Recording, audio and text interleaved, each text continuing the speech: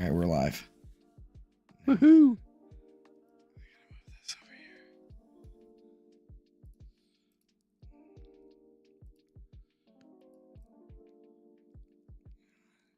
And then I want to get the chat. It's okay. It resumed. Yeah, we're always a couple of seconds behind what you see on the stream. Yeah, right. Right. All right, now let me get the. I want to get the chat in the stream as well, which I can do.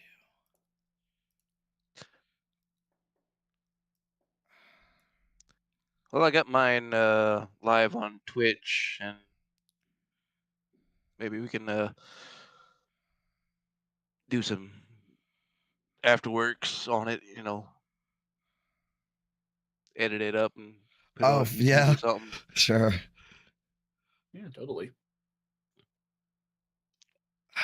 Hey, little Griff, welcome in. Happy New Year to you too. Hope everything's been going good on your end. You've been streaming this whole time? No, I just started. Oh, okay. I wanted to get the chat in mind, but I don't think I can. We're just laid back, chilling tonight, hanging out with some friends.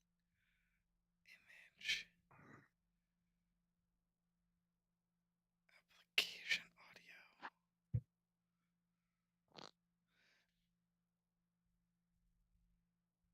Is it not display? Window capture. Here we go.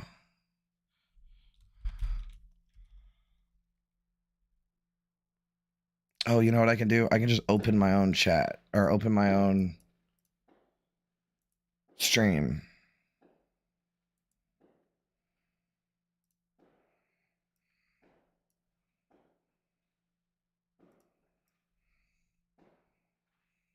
Well, at least this way I can actually pay attention to my chat. Yeah, I'll just open my own. Like while I'm running the game with my one monitor, it's kind of hard to keep track of chat. Perfect.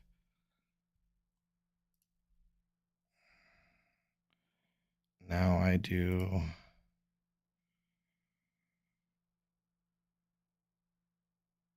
Window capture. And we get, yes. Oh, well, I still appreciate you for coming in. And yeah, you can always check out all of our sessions that we live play here on Twitch are uploaded to YouTube.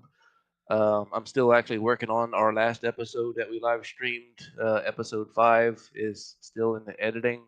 We had some audio and video problems with it, so it's taking a little bit longer. But hopefully we will get that one uploaded pretty soon as well. Yay, I did it. Okay. It's going. Yeah. All right. All right, cool. Are you guys ready? Yeah, we're doing it. Okay. Well, first of all, Happy New Year's, boys. Happy New Year. New Year's. All right. Almost. So almost. In some parts of the world. Yeah, I know in the server earlier today they were going pretty hard about Happy New Year's. The Brits. Like, whoa, time travelers, easy. Some of us are still living in the past. I know. All right, does my mic sound good? It's brand new. Like, Eric, you hear my mic all the time. Yeah. Does it sound different or better or worse? I think the first thing I want to do is I got to open up my notes for our little. So I wanted to keep it a little structured. Mm-hmm. So I came up with some talking points and just some stuff for us to hang out and chat and talk D&D and maybe get some people, in the chat or something. We'll engage with them or whatever. But for the most part, it's going to be us and then maybe some other people. Yeah. Sounds dope. Happy New Year to Carol, who just messaged us. I'm going to engage with chat this time. Ho, ho, ho. Hello, Carol. I'd never do that. All right. So, yeah, like I said, we're going to keep it structured. So the only thing that I ask is, be mindful that like we're we're all sharing time here. So nobody just rambles and rambles. But I know both of you, and you're both great people. So I don't think that I would be worried about that. Well, first of all, Happy New Year. And yeah, it's our little D&D thing. And boy, do I have some fun stuff for you guys planned. But first thing I want to do is I think we should all introduce each other. Or introduce ourselves, rather. So I'll go first. And then when you introduce yourselves, I'm going to ask you guys some questions as like to icebreakers. Okay. So, hello. My name is Dungeon Lord J. I am on my channel on Dungeon Lord J on YouTube. We do The Descent, which is our actual play D&D game. And yeah, that's me. So whoever wants to go next. Since Blackbeard, why don't you go next since you actually have a channel and stuff? All right. I am Admiral Blackbeard. I live play stream on Twitch, and then we upload to YouTube. We are currently playing my Curse of Strahd Into the Mist campaign. We pretty much just got started not too long ago. We up to session 5 that we last did, and go check it out. All right. So for you, I need 3 things. Okay. Since we're all DMs here, we're gonna focus on D&D DM stuff.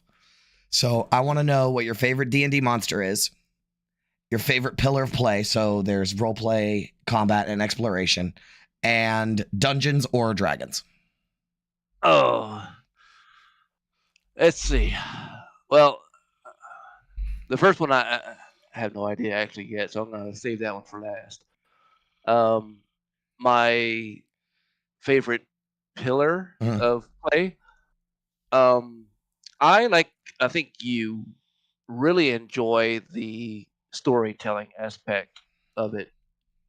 That's what I get into the most, and I take the most pride in, working on and developing.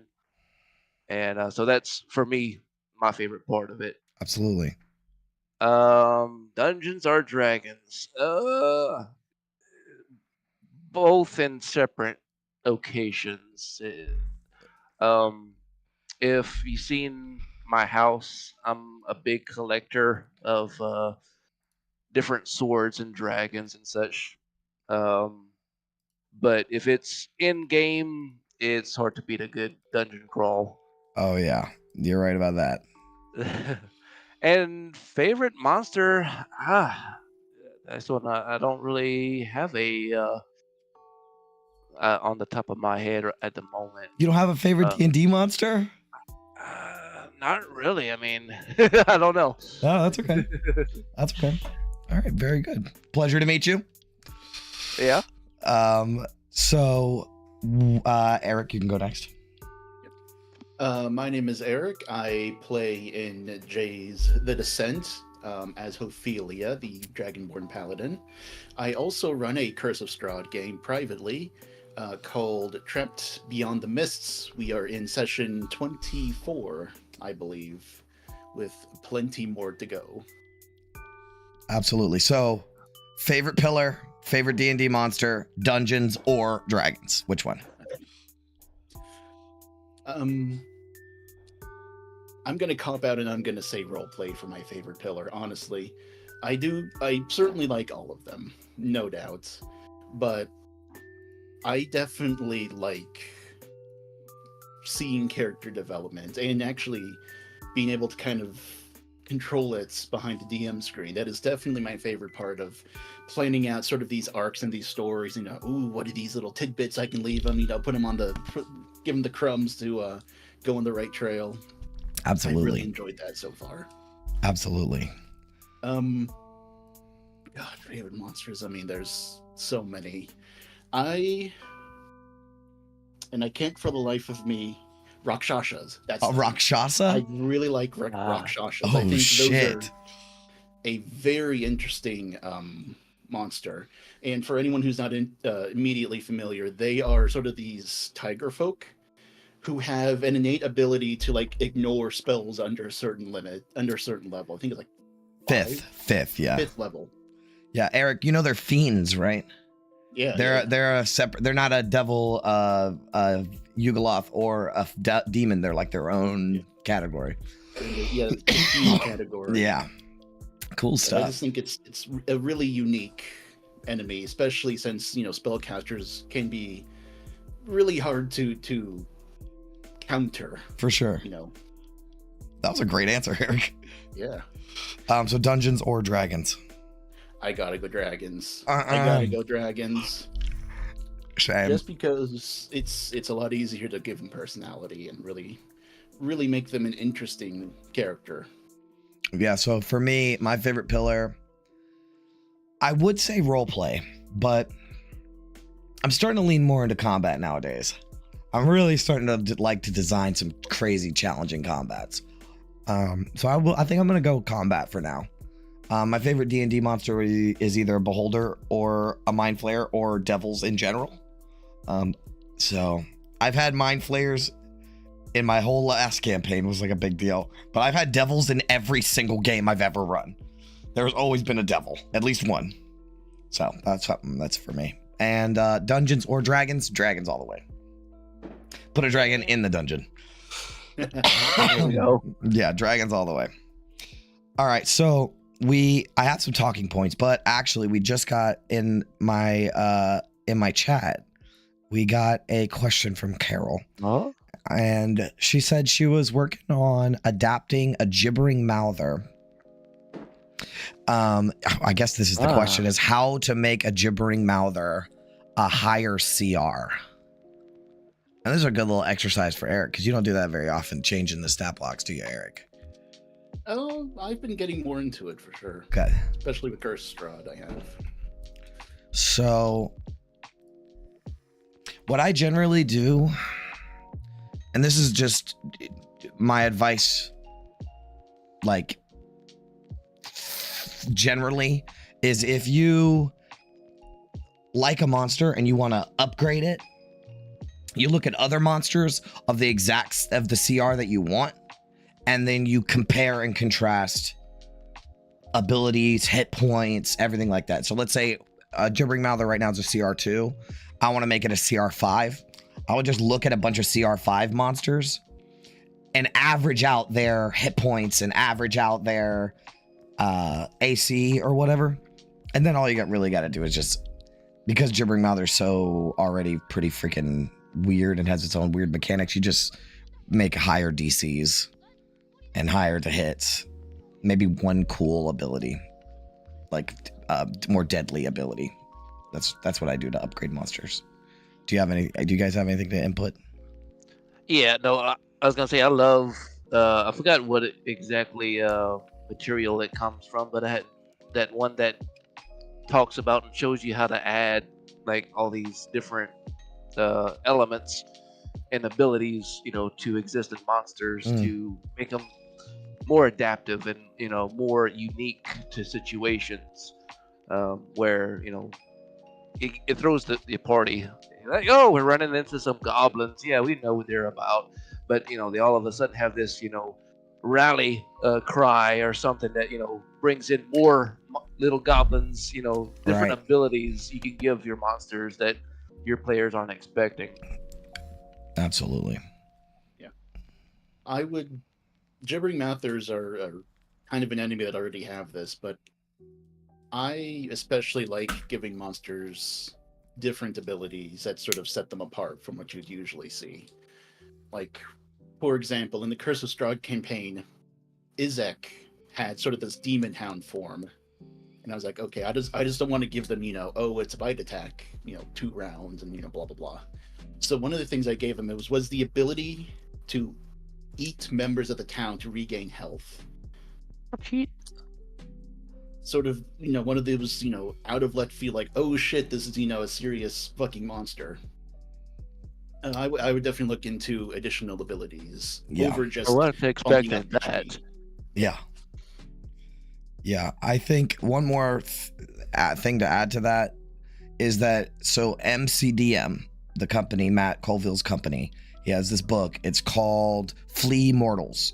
And he redoes a bunch of monsters. And for example, there is a vampire spawn in MCDM, and he gives it one bonus action, and it completely changes the way that you play a vampire. It gives you a bonus action where you can move your movement, and carrying other creatures does not impose half movement. So when you grapple for the vampire, he can just drag you down a fucking alley and get you away from the group. That one little bonus action completely changes the style of the character, right? Like now it's a scary fight instead of just like, oh, you know, it's another vampire. Now it's like, we gotta go get our friend. He's about to get his life sucked out of him, you know? Absolutely. I haven't really read it too much. I've read a few of Flee Mortal. But it's awesome. Third of it that I've read, I would honestly recommend it. Just from the third of it I've gone through. It's awesome. Just to look through and see all the different, like one little ability that they give to it just changes the whole monster. Oh yeah, absolutely. Okay. All right. So I have some questions, some topics for us to discuss. I'm trying to think of what would be a good one. I also really want to play a game. I have a bunch of games, but we have to save the games. I was going to save the games. I have a bunch of games. Like I have like 5 games that are really good, but I'm going to save them. Okay. If you could be any D&D monster in real life, what would you want to be? Oh gosh. Let's go Mimic. That way you can be anything. A Mimic is good. A Mimic is good. And then like you can like even totally disappear if you wanted to. That's a good answer. That's a good answer. I think I would go Changeling, yeah. Changeling is good. Changeling would be a good one. Yeah, that is a good one. I think I would go Gold Dragon. I was gonna say we're not going dragons. The one that said dragons was his favorite. I would go Gold Dragon. I have to be a good dragon though, because player characters would come and hunt me down. You know what I mean? So I'd have to be something like, and also they can shape change too. So they see dragon, they see dollar signs. No, not a gold dragon. They'd be nice. No, they're like he has a hoard of treasure somewhere. We're killing it and finding it. Yeah, that is a good point. They're just in it for the gold. That is true. Honestly, I was gonna say dragon, so now I have to think of something else. Ah! I mean, it'd have to be something. It would have to be something sufficiently powerful, because you want to like shift into a human form, so you got to know polymorph or something. I don't know. Elder Brain. I was thinking Ulithard. Ooh, like a Mind Flayer mage. Yeah. Something with some power of the weave. Oh yeah, that's good. That's good. Yeah. Okay. A lich? No, not a lich. Mm-hmm. Maybe. I mean, there are Mind Flayer liches. There are Mind Flayer liches. Okay. All right. Let's find a good topic. What is your favorite NPC that you ever created? Since you're both DMs, we can do these.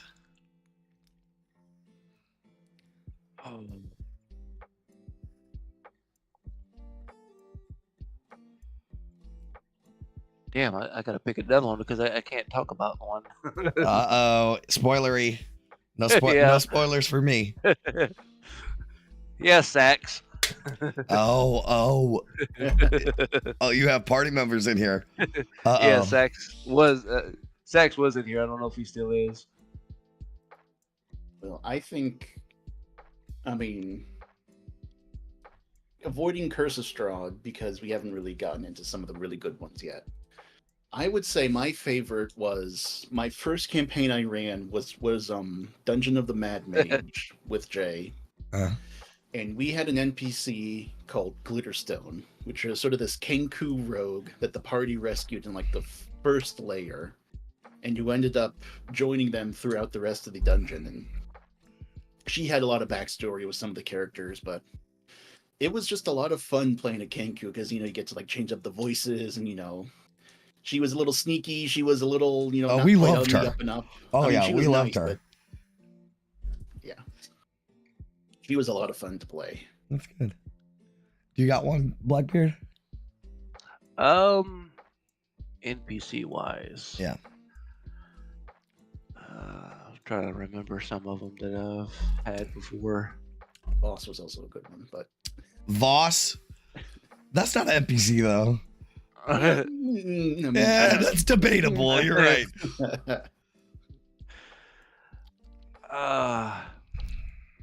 There's a bunch, but I can't think of. If you want some more time, Voss was a guest in one of Jay's previous campaigns, Rime of the Frost Maiden, where he was a total fucking dickbag to everyone because he was a Githyanki warrior trapped on the material plane. Like, I think he used, was it Will that was the gnome? He used as a step stool during one of the combats. Yes. Like, total pure basic Githyanki. He was awesome. Yeah. Definitely memorable. I gave him a shout out in the final episode too. We didn't see him for like fucking 60 episodes, and then I was like, and here he is now. Go ahead. One thing that was cool. There was one time where this student was practicing magic, and he was trying to come up with a teleportation circle, and like, so he would put these things on it, like, you know, to test it out before, like, you know, he would test it out personally and stuff. And he thought he had finally got it right, and it technically did work, but had some unforeseen consequences that he wasn't expecting. And so he would go onto this. He stepped into the portal, the teleportation circle, and it would teleport him to somewhere. But like, it would work, and he'd get teleported, and then like 10 seconds later, he would get teleported instantly again to some other random location. Oh shit! And so like, they called him Blink because that's a good one. All throughout the campaign, they would run across Blink for like 10 seconds at a time. That's awesome. That is awesome. That is awesome. I just decided that I'm gonna have to tag you now, Blackbeard. So there we go. I got him. Let me edit the stream. Y'all talk amongst yourselves real quick. All right. I can give you another talking point if you'd like. I have more. I will say, shout out. So did they decide on the name Blink? The party? Yeah, that's what they. That's what they ended up calling him. Continuing the tradition of rather cruel names for NPCs they're supposed to like.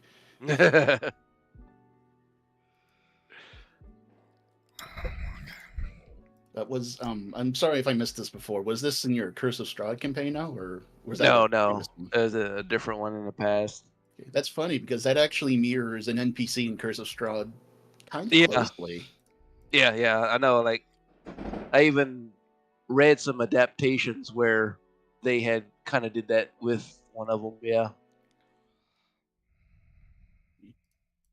Like, hey, did you start?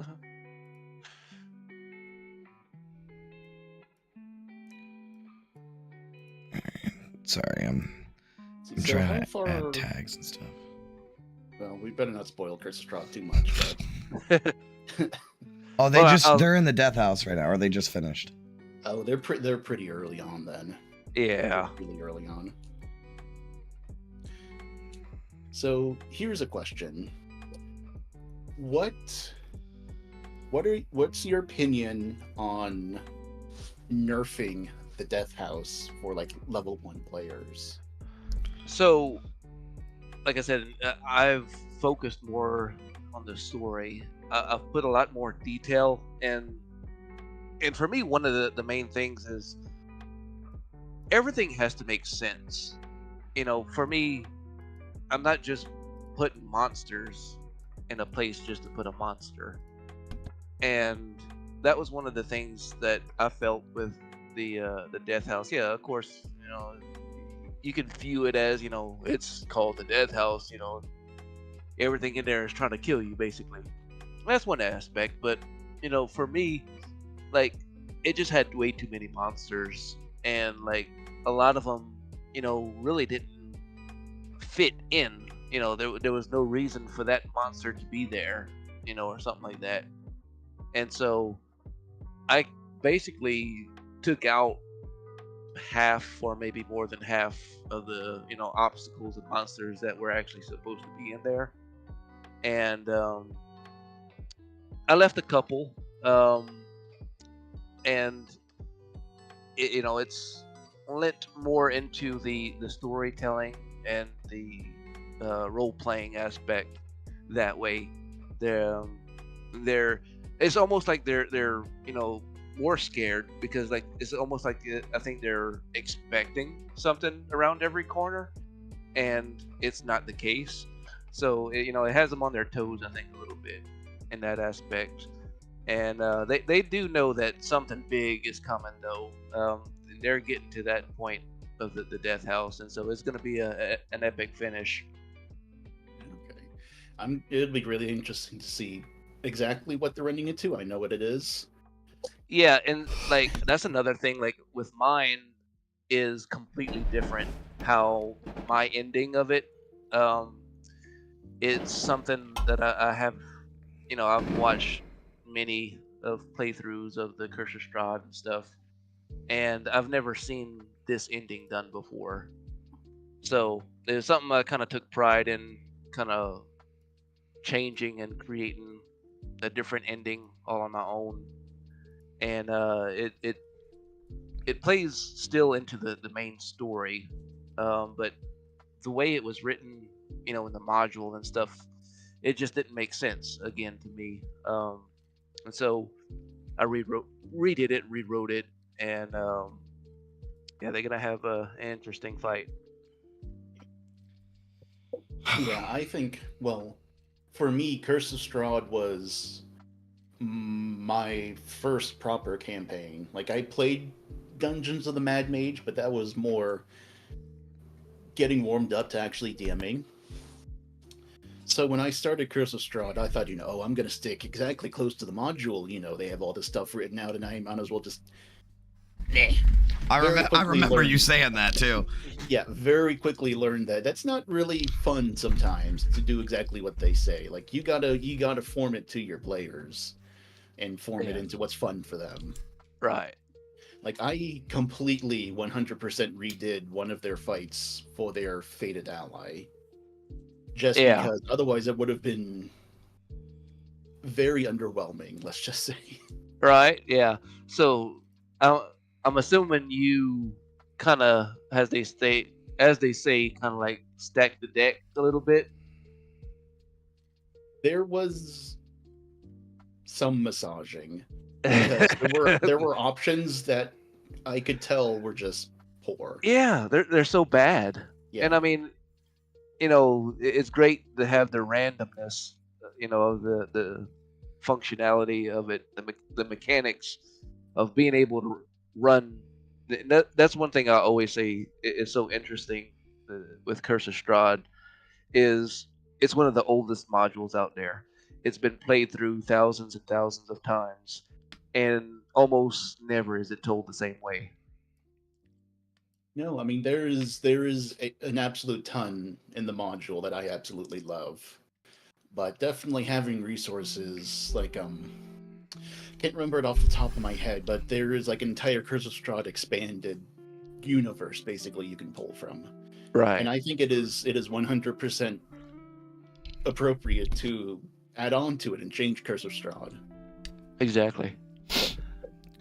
And like with mine, it's like you still know the story. You know, you can still see the story, but I've gone in and like the ending of the Death House, I've completely changed, and like other areas where I've delved so much deeper into like NPC interactions and conversations that not many are used to having with Curse of Strahd.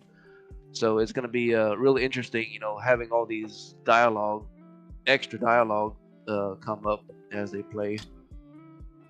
Absolutely. So we have another question from the audience. So this one is more of like a statement than a question, but someone added onto it, so it makes it better. Or like it makes it like a full question. Right. So it's, have you ever had a whole group of NPCs, the party renames because of what happens during the session? I don't think I've had a whole party of NPCs be renamed. However, adding to the question, did it ever happen to you that you added a random NPC that was supposed to be nothing, but the players loved it and it became more important? Has that ever happened to either of you guys? I don't think they've, like you, I don't think they've renamed an entire like group of NPCs. But did a random NPC like suddenly become super important?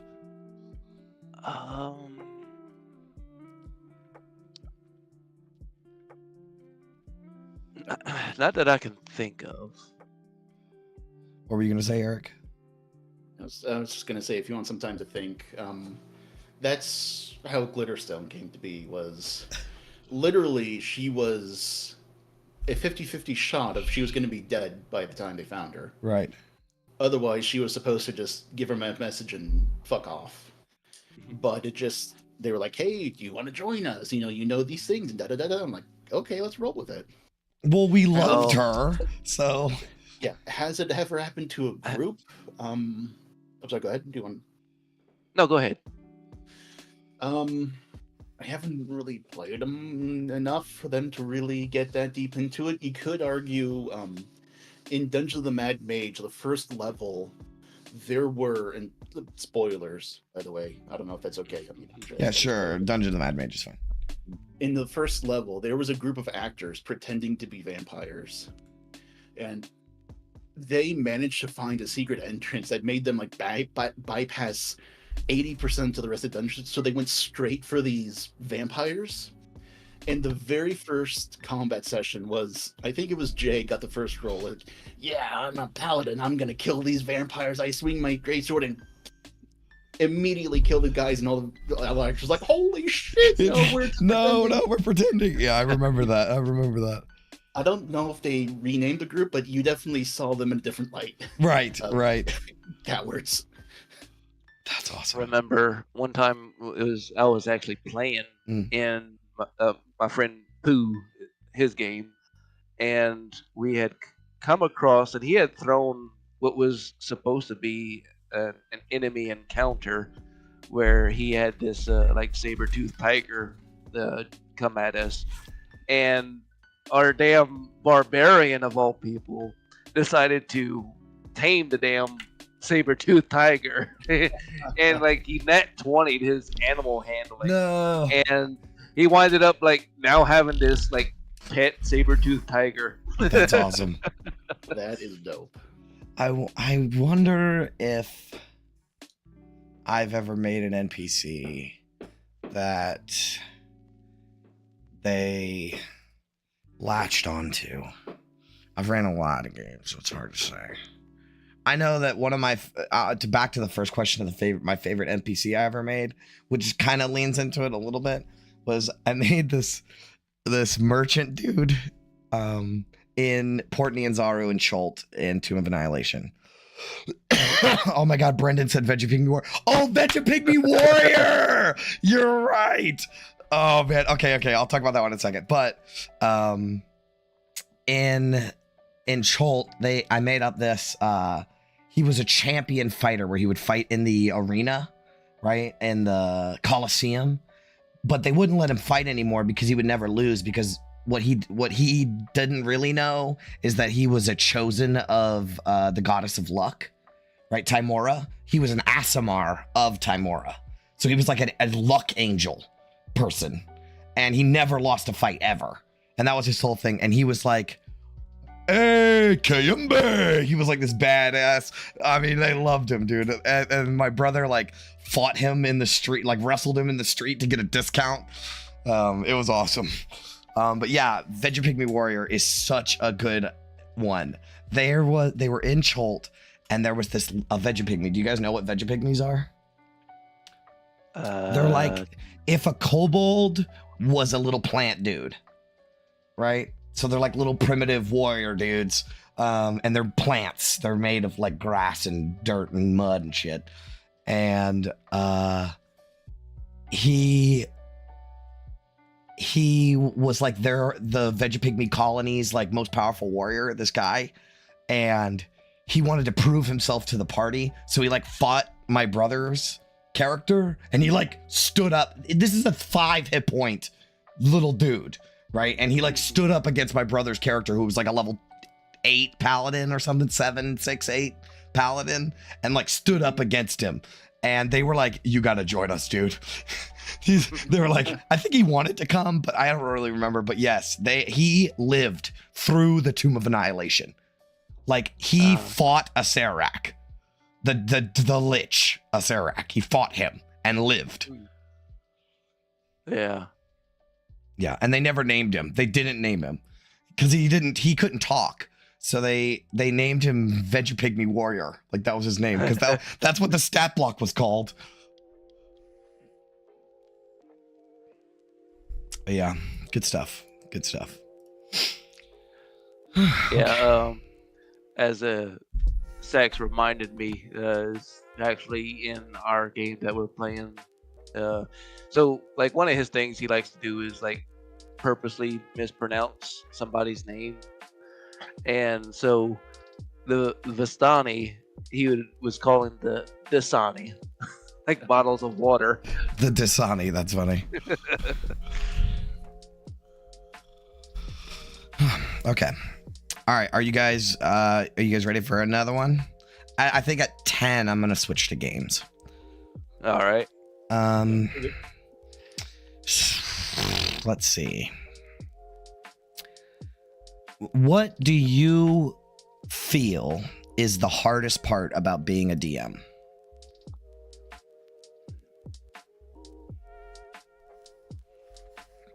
Oh, this is a good one. For me, I don't know how real you want to get.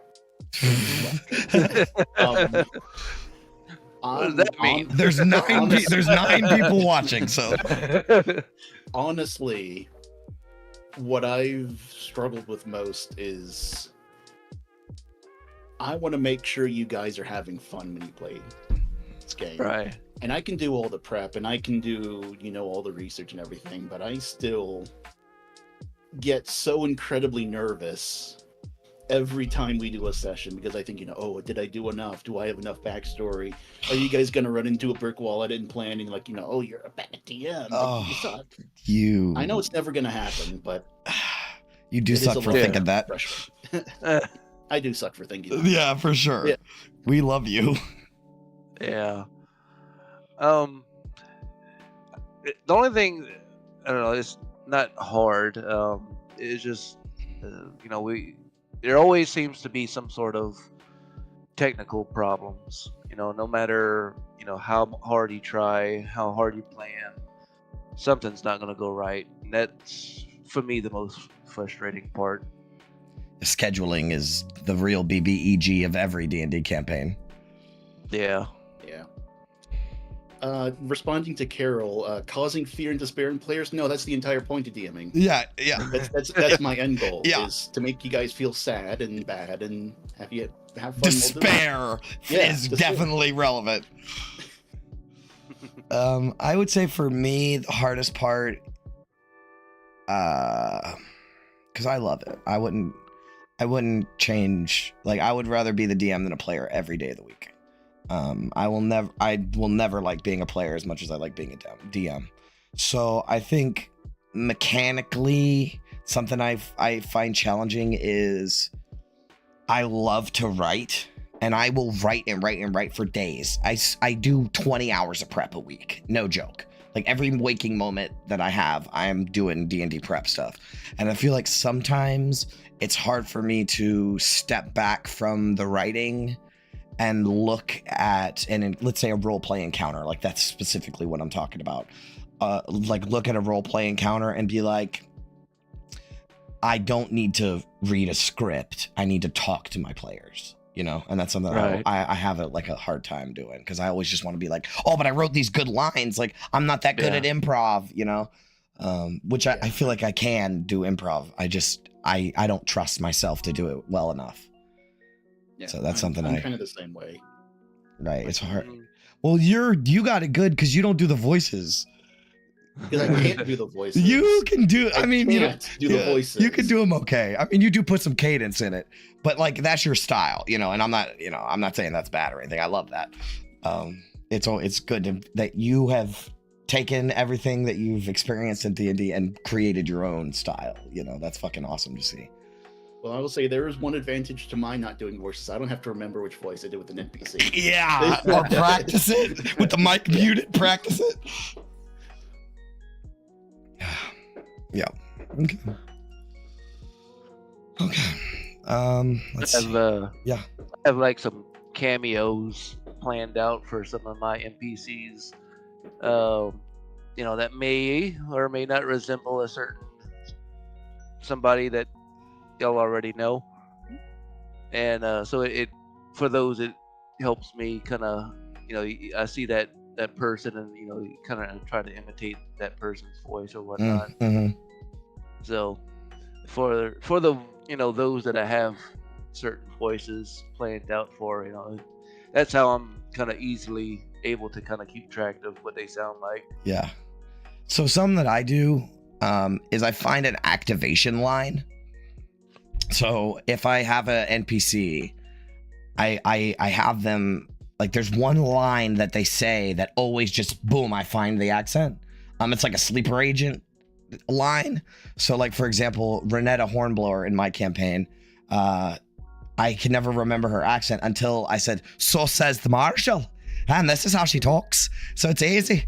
But once it's so says the Marshal. And that's like the first line I ever said as her in the campaign. And that's just like, boom, that's an activation line. I automatically know how she's going to sound forever just by saying that one line.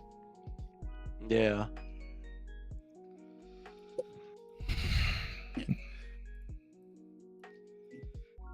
We got a, I had commented on that before. Like you do quite a few in your campaign, and they're all spot on. It's so fucking good, dude. They're all right. I gotta, you know, it's just a little variation here or there. I will say, Roland and Ravengard sound so much alike that I like, but they are they're distinct. Like you can, if Roland and Ravengard were having a conversation, you could hear the difference, but I feel like I'm doing the same voice. Yeah. Anyways, we did get a question. Do you prefer sandboxing, a linear structure, or a bit of a mix? Gotta be a little bit of the mix. You know, you have to have that structure. You know, you don't want the blind driving the bus. It's not going to end pretty. But as Sax also pointed out, some of the best times of going off when it went off the rails. So I mean, there's good in both aspects of it. I have a hot take on this. Oh, I'm ready. I think people don't like sandbox as much as they say they say they do. You're totally right. You're so right. Because when everybody says want it, yeah. Because when everybody says, you know, oh, I like it when it goes off the rails, and I like having choice, but linear story doesn't mean it's a book where you only get one thing. Yeah, you might get branching paths, but the plot points are always going to be pretty much the same, just how to get there.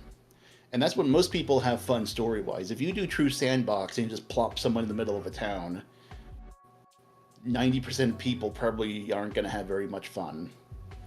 So that is my hot take on Critical Role Campaign 2, is that like Critical Role Campaign 1 is my favorite because it was like, we got to fight these dragons. How do we do that? Oh, we got to get these items. How do we do that? You know what I mean? It's like there are beats that we have to hit, right? In Campaign 2, he literally just was like, take a tour of my world. Do whatever the fuck you want. And there was, I mean, it was cool. There was a lot of cool characters, but there was no villain that I was seriously like, wow, this is a dope ass villain. You know what I mean? Where I was like, man, I could feel the pressure of this villain because there wasn't one. You know, there was no central arc, no central story.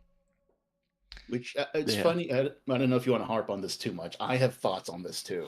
On Campaign 2? I think it's very. I think of Campaign 1 of Critical Role being like right in the middle of. They have the flexibility to fuck around, but they have story beats. Campaign 2, sandbox. Campaign 3, way too hard into linear. Word. Because honestly, I just haven't liked it so much because they immediately the very first thing they have to do is save the world. That is way too much in the low level party. Like you can't go immediately to kill God on level 3 because then you don't have the time to explore characters. You just don't have time to see this group coalesce into one unit. It's like, it's just. But see, that's too much. That's what I think about, like, for example, like my campaign, and like, let's talk about Curse of Strahd since both of you are like part of that. Curse of Strahd has this looming threat, right? The whole time. From this jump, there is the threat of Strahd, right? And you know that's the goal, right? Like, even as a like in your subconscious or as a player, you know, I'm supposed to, like, if I want to have fun in this game, I got to kill this guy, right? Like, that's just basic player video game knowledge. You know what I mean? Yeah. And that is completely missing from Campaign 2 of Critical Role. But that's a big thing in Campaign 1, right? The Briarwoods were the first one, right? And then the Chroma Conclave. And then the Vecna thing, right? It's like bad guy, bad guy, bad guy. I love that. That's how I structure my game. Frost Maiden was just like that too. It was like the Frost Maiden was always there as a threat, but she was like this thing far away that you couldn't just touch. She's a god, right? That wasn't even on their minds, but there was this little subplot with Duragar, and then the Duragar have this dragon, and they send the dragon, and then once they defeat the dragon, then they're like, oh god, the city is destroyed. We have to save these people or everyone's gonna die. And that's when they're like, all right, maybe we need to go fuck with God. You know, but they were already high enough level. They'd already killed a badass dragon, you know? So there's two little arcs to it. Yeah. Right. And like, you know, mine, like they, you know, without giving out too much, what I have is kind of like unexpected. Like there is what I would call like mini bosses where, you know, instead of like this overall, you know, of course, like you said, there's the overall looming threat of Strahd, but, you know, you might overlook these other ones that you're not paying attention to, and they, you know, sneak up on you, and boom, you know, you got like a mini boss on your hands all of a sudden. Right. Yeah, absolutely. No, that's very important. You're absolutely right. You got to have the looming threat and then the lieutenants, right? That's something that Matt Colville talks about all the time. It's like there's the big bad guy, and then there's his lieutenants, right? Or they don't even have to work for him, right? But they're like smaller accomplishments. So that's like you're taking away a piece, it's like a chessboard, right? You got to make your way to the king. Right. He's gonna throw his pawns at you, then he's gonna throw his knights at you. Exactly. Exactly. And once you get across the board, then you get to face the king. Then you can face the king. That's exactly right. All right. Well, do you guys want to play a game? Yeah, hell yeah. Okay, this one isn't necessarily a game. It's more of a talking thing, but let's go ahead and get into it. I have to share my screen. I was gonna Yes. Unless you wanted to, I seen there was one or two other questions. Was in there? chat, Did I think. miss them? I know Sax had asked, like, if you can't pull off A voice. certain, that you have, what do y'all do? Well, I generally don't put myself in that position, but if I do, I do what Eric does, right? So Eric's whole style is Eric doesn't do voices, right? I mean, he does sometimes, but like most of the time he says, the character says this, and just sums up what the character says. And if we need to, we will go into the minutia, right? He'll be like, okay, the character says blah, blah, blah, and summarizes. And then we'll say, and then the character will respond in character. So he will respond in character, but not in the voice. Just say, oh, well, just put a little mannerism on it, a little deep voice or a high voice or something easy that you can do. And you just keep saying like, oh, the character says this, the character says this, the character says this. Right. And I have so I actually do also a good bit of voices, but like I'm not going to I know I'm not going to be any good at trying to do any like of the female NPC voices. And so one of the things I'm currently have been successful with so far with one of them, where I'm going to have, if they're available during that time, have them actually join as like a guest player in the campaign, so they can act out, voice the character. Right. And there's one that I have somebody in mind. I haven't gotten actually to talk to them about it yet, but I'm hoping to be able to. And she would have a much more dominant role in the story, right? And whereas the other one, might just come and go, they won't be interacting with her all the time, just maybe like one session here or one session there. But this one is a possibility where she might be one that actually kind of like stays with joins the group, the party, right. For a while.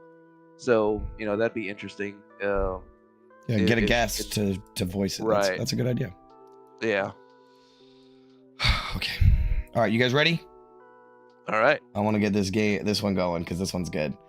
I have to figure out how to share my screen. While you do that, Carol said voice mod, which I 100% agree with, but I agree with it maybe in a different way than what you're thinking.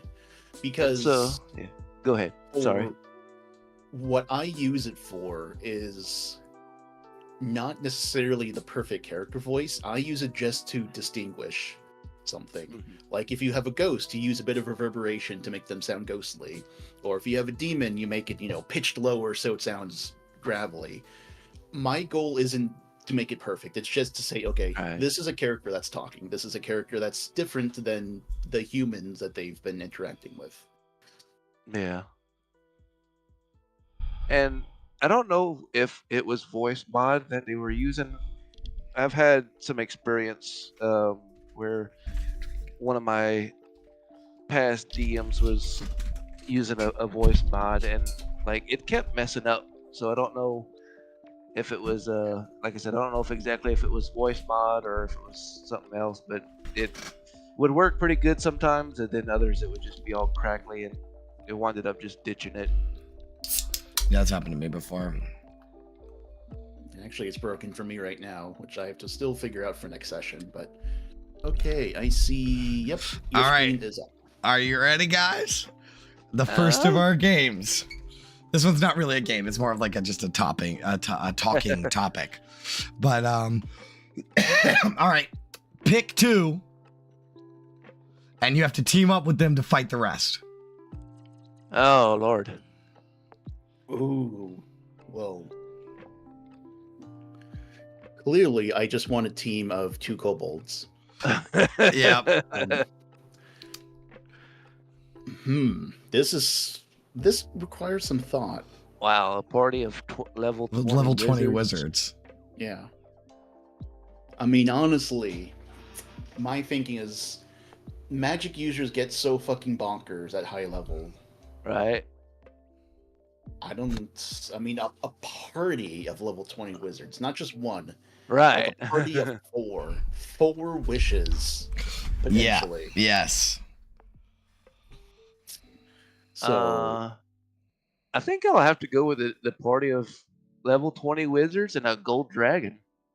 And the gold dragon against the Tarrasque and Demogorgon? Yeah, I mean, the gold dragon can fly, can stay out of range if need be. That gold dragon's getting fucked up by Demogorgon. well, here's a question. What type of gold dragon? Is it a young gold dragon? No, it's an ancient one. Ancient. Yeah, it's ancient. Gold dragon. Well, Yeah. I don't know. That's on par with Demogorgon, probably. Demogorgon or Trask? I'm really thinking that, like, the only you can't not pick the wizards. Right. You know what I mean? Like, the wizards is you have to pick them. So really, it's in my mind, I'm choosing between Demogorgon and the Tarrasque. Right, because I have to have the wizards. I can't go up against the wizards. There's no way. None of these things are going to stand up against the wizards. I mean, how big is the party, Let's say 4 or 5. Okay, yeah. Yeah, it's standard level for world. 4 is for the kobold. So thinking of it from enemies, archers and kobolds are dead. I mean, it's Displacer Beast and Beholder probably wouldn't be that difficult for level 20 wizards. No, definitely not. So they would be fighting a gold dragon, a lich. Ooh. And the Tarrasque or the Demogorgon.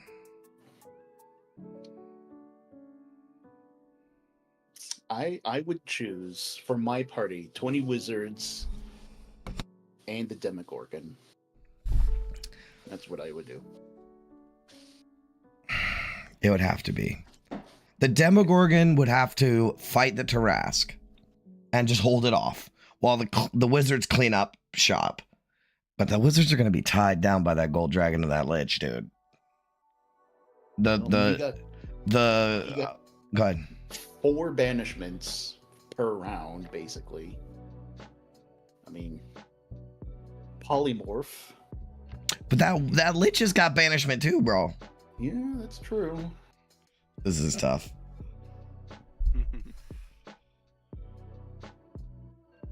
What are you thinking, Beard?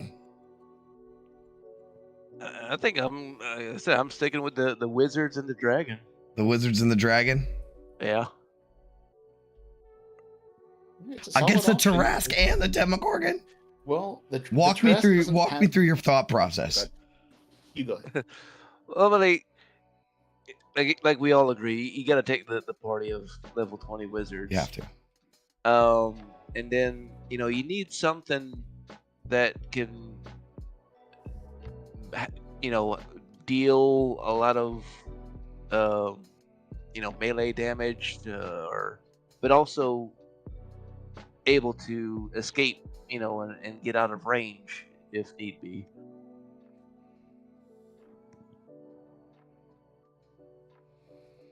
And that's what you're thinking is, like, just pummel them from above with the gold dragon?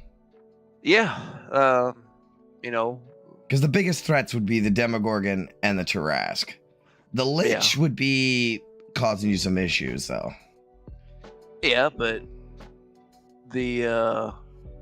I'm counting on the wizards, the party of wizards. Lock down the lich. Yeah. Oh, and the dragon takes down everybody else. Right. Ah. That's kind of what I'm thinking. Because if you have aerial superiority, you can do a lot with that. I mean, a lot with being able to fly. Well, so 4 wizards can fly. Yeah, I know. But also you're not dealing with also flying gold dragon. Yeah, oh man. Pretty much everything else is stuck on the ground. Yeah. I mean, the lich can fly, and the beholder. The lich. I'm not worried about the beholder. The beholder's CR 8 or something. 8, 10, something like that. I'm not worried about that. So really, you wipe out the archers. The lich is a problem, but 4 wizards.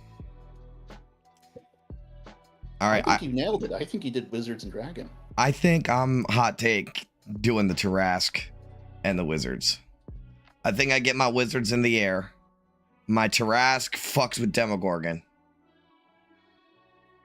And then I get my Wizards up in the air to fuck with the Gold Dragon and maybe the Lich. They can probably take them. And then once they're taken care of, then I come down and we'll just pelt Demogorgon. Because Demogorgon can't get up. All right.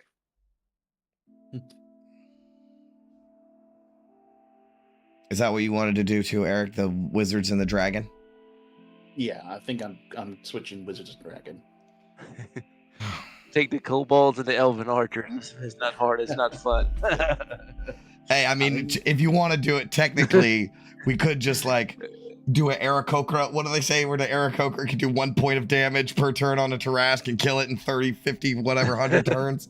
Yeah, level 1 Aarakocra. Right. I mean, through action economy, if you have enough kobolds, you can defeat anything. It does say a tribe of kobolds. Yeah? How big's does the it? tribe? Oh, I didn't see that. Oh, yeah. Let's get 500 million kobolds. 1 billion kobolds. 1 billion kobolds versus the rest of them. Oh, that would be a fight. Especially, you know how they always say that like Batman can kill any superhero if he has prep time. That's what these kobolds could kill anything with some prep time.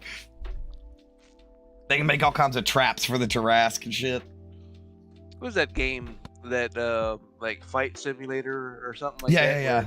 Yeah. You can just like spawn like 100 of these versus 50 of those or something like that. Yeah, To see which 10,000 one chickens comes up. versus T-Rex. Yeah. Yeah. Oh, oops. There we go. How much prep time? All right. Are we good? Do we think we figured it out? Think so. All right. That was a quick game. Let's play one more game and then we'll do something else. All right. So, these are good. Okay. So I have 4 games. More games. These All are right. actually games. So, let's do it in traditional D&D fashion and roll a D4. So do one of you guys have a D4 or like can roll it on Google or whatever? Looks like Eric's. do. Yeah, Eric's doing it. Yeah, I got it on Google. I have my box right here to the side of me. Do you have dice, physical dice? Yeah. Roll Yeah. a physical dice. Roll a physical dice. Hey, and it's a 4. I swear to God. 4? Okay. Yeah. All right. I can go get some physical dice. No, just for that. Just for that. All right. So, Hear that? yeah. Oh, yeah. Yeah. That is. All right. Let me find a good one. Okay. So this one is. We ended up landing on NPC name generator. So I don't have a fun little. I made slideshows, guys, like PowerPoint. All right. I haven't used PowerPoint since I was a little kid, but I didn't make a PowerPoint for this one because you don't need it. It's like an audio thing. All right, so this game is called NPC Name Generator. Eric, you are familiar. You've played this game before. Yes. But for the audience and for Blackbeard, there are 3 rounds to the game. Round 1. Okay, so actually, it's based off of the concept that you know how players will go up to random NPCs that you have no intention of flushing out and them interrogating the shit out of them and asking them where they live and their names and everything about them, right? And you have to make it all up on the spot. So that's what this game is based off of. It's to flex those muscles. So I am going to give you, for round 1, I'm going to give you a description of the character and the NPC, and you come up with a name. Okay? All right. Okay. And this is for both of you. The first question is, a goblin florist with blonde pigtails who cultivates rare man-eating plants. All right. You got it? All right. So that's it. That's it for this one. There's a bunch of them, but this is the first one. All right. You got one? You got one, Eric? Not. Give me the description again. A goblin florist with blonde pigtails who cultivates rare man-eating plants.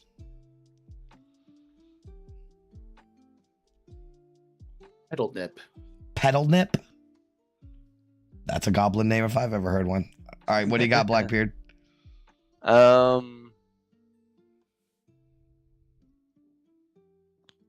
some reason, I have Brunhilde. Brunhilde. Like Yeah, that's good. Yeah. The pigtails is what did it. Yeah. So Brunhilde and what was it again, Eric? Oh God. Pedal Nip. Pedal Nip. That's good. Okay. The next one. A half-orc taxidermist who only mounts animals in mid-dance poses. Let's see.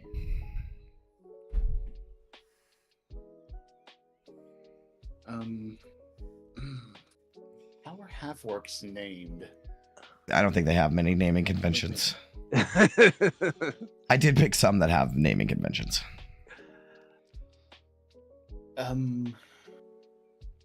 It would have to be something bougie fancy. Like the grand finale or something like that. Oh, the grand finale? Yeah. I love that. Yeah.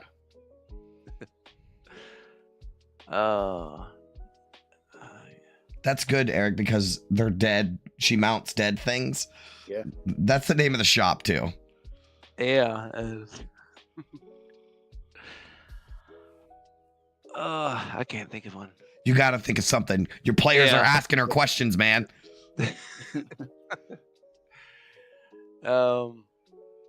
This is Gunther. Gunther. Yeah. It is what it is. That's her name. Listen, I'm gonna tell you guys, I made this game and I'm asking questions because I'm fucking terrible at this. So bad. Man, you know how many Bobs have been in my game?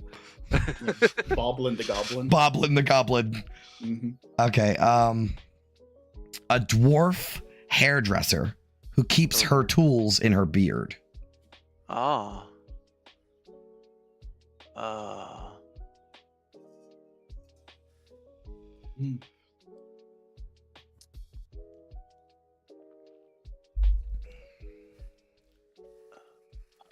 My first went to Renetta just because of Renetta Hornblower.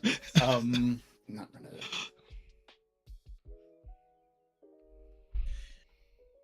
Hilda Stoneshear. Stoneshear, that's good. Or Stone Shears, or yeah, that's good. Hilda, you said? Yeah. Something stocky. Yeah. Because she's got a beard, so.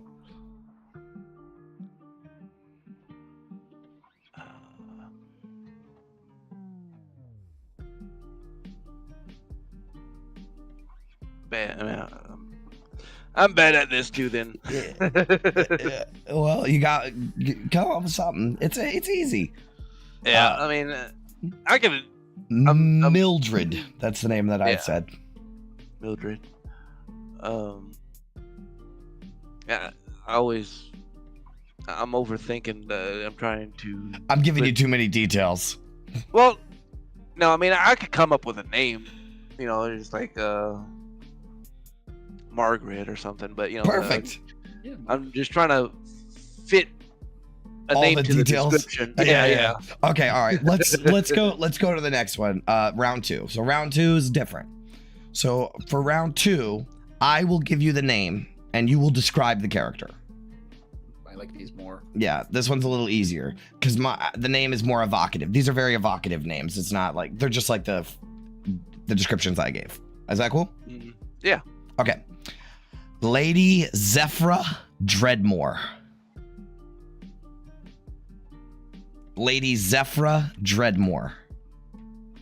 Who is she? What does she look like? So I'm picturing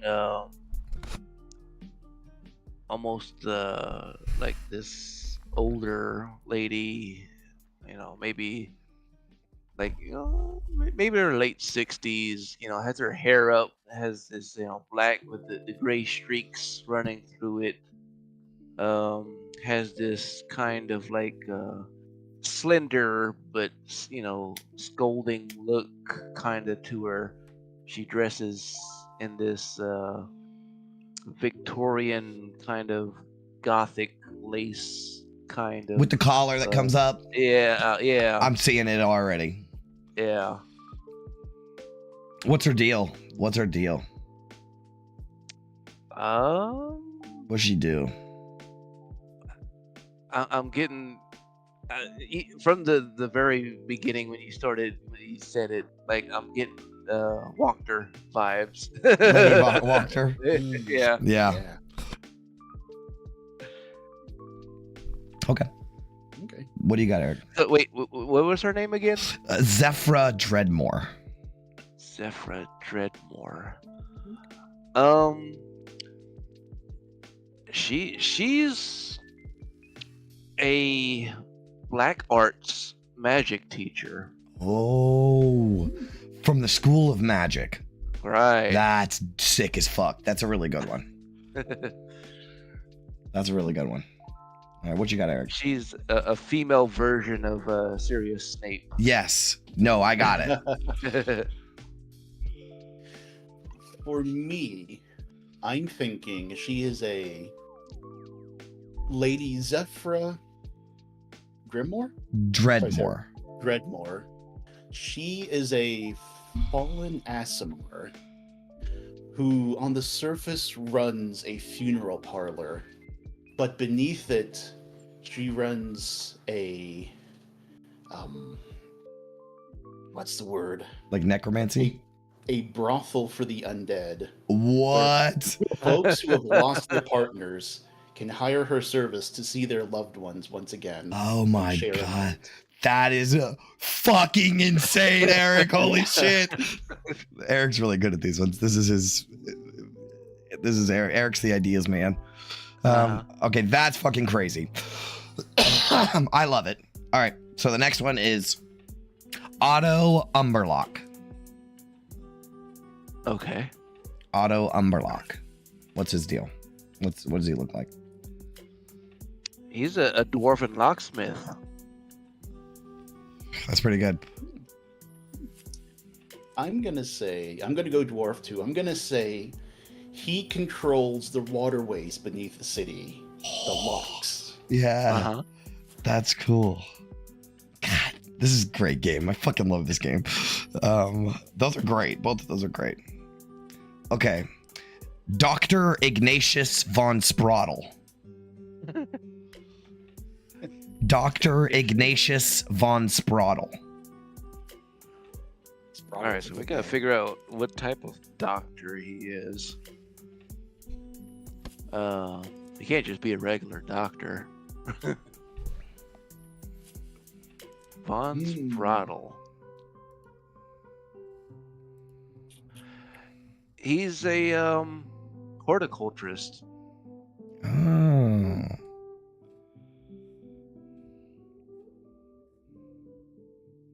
I'm trying to think of the race he would be. Or she.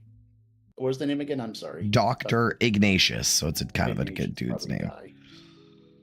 Ignatius von Spraddle. I'm going to say they are a pair of kobold artificers who work together in the city trying to harvest the sources of electricity for their machines, kind of like Frankenstein or something. Oh, okay. I didn't actually come up with anything, but I'm thinking Dr. Dranzel from Critical Role or whatever. He's the leader of a bard troupe. So I'm thinking like that's cool. Ignatius von Spraddle he's a gnome. That's like the leader. Would be good. Yeah, because the Spraddle. Yeah. But yeah, Ignatius von Spraddle. He's a bard, the bard leader of a entertainment troupe. All right. The last one is Frederick Grimswald.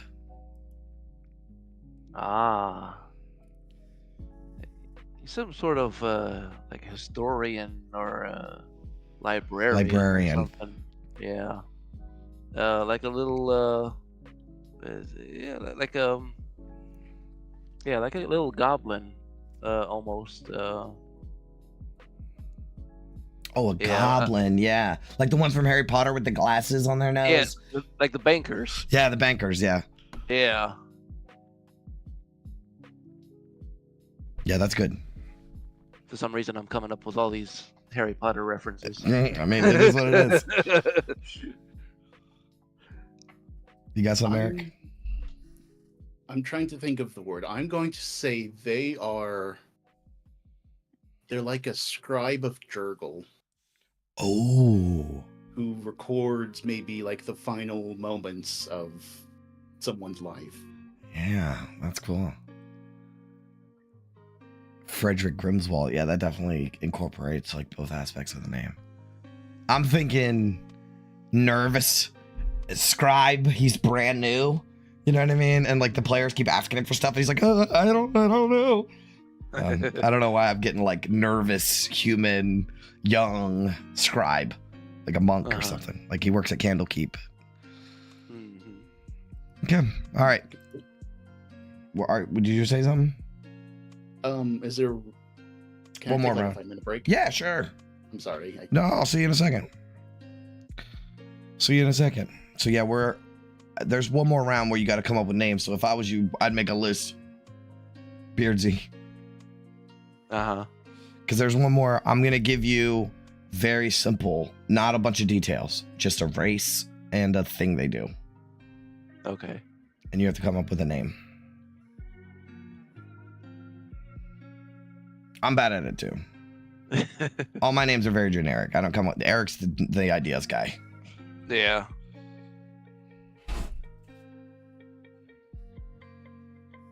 But yeah, this is NPC name generator. There's other games that are a little more fun. Yeah, no, that's good. The other ones have slideshows, so. Oh, okay. Yeah. We got an hour and 35 minutes. 30 minutes. Are you still doing the games, Sax? I said you were welcome to join us if you're not doing anything else. Is there a different system you like to play RDM? So, is there a different system that I like to play or DM? So, I don't play a lot of different systems, but there is this one-page RPG that I've played like many times, and I'm like really good at it, and it's one of my favorite. And it's called Honey Heist. Have you ever heard of that, Beardsy? No. Oh my fuck. It's so good. So it is a one-page RPG. So all the rules are on one page. And it is a heist, right? So the whole point of the game is the players heist stuff. And they heist honey because they are all bears. So in the beginning of the game during character creation, you roll to determine what kind of bear you are and what your skill is. So there's like, you're the face of it, or you're the hacker, or you're the getaway driver, and you like roll to determine what your role is in the party.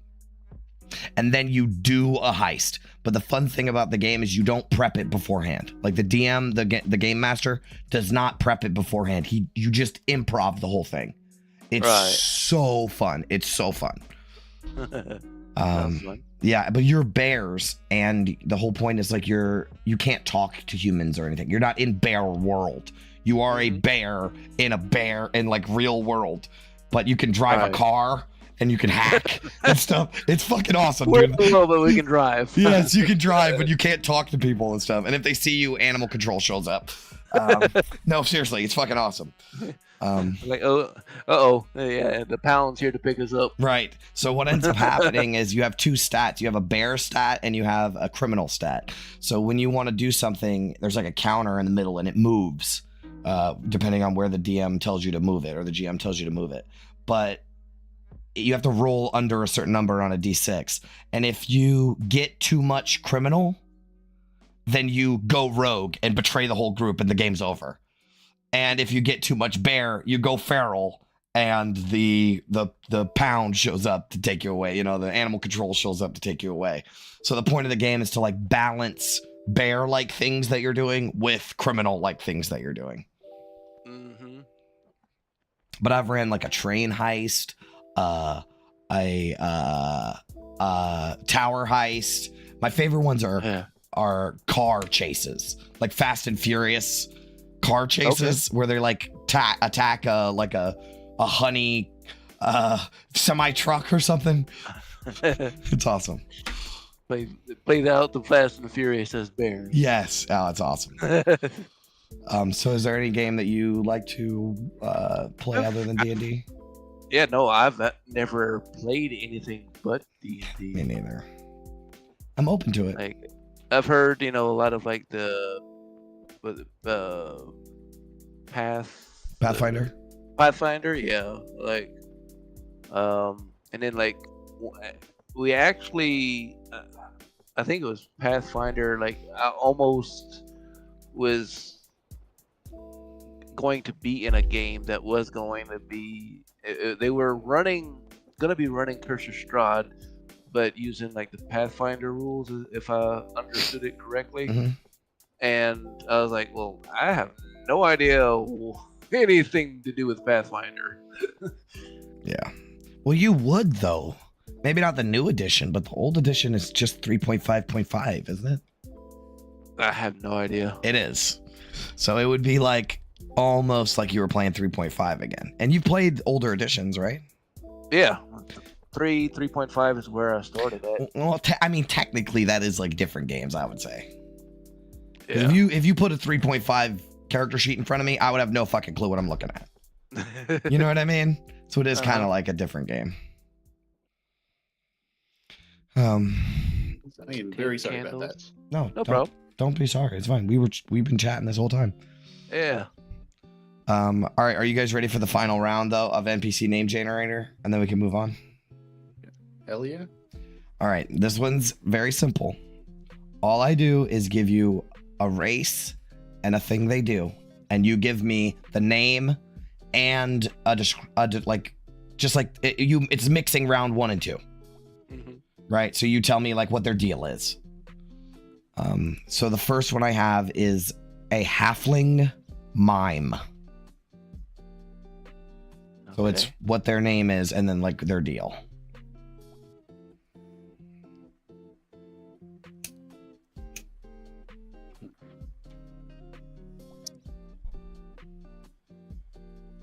A halfling mime. Yes. So good. What they look like is gonna be easy. That's true. That's true. I don't know. I'm getting Yosef for some reason. Yosef? Yeah. That's good. Like Joseph, but Yeah, with yeah. a Y. That's a very halfling name too. Yeah.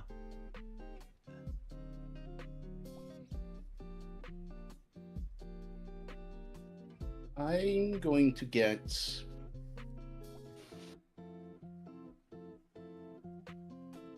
Pip Trickfoot. Okay. What's their deal? And they were a mime for a wealthy family, sort of as like their jester, someone they enjoyed having around.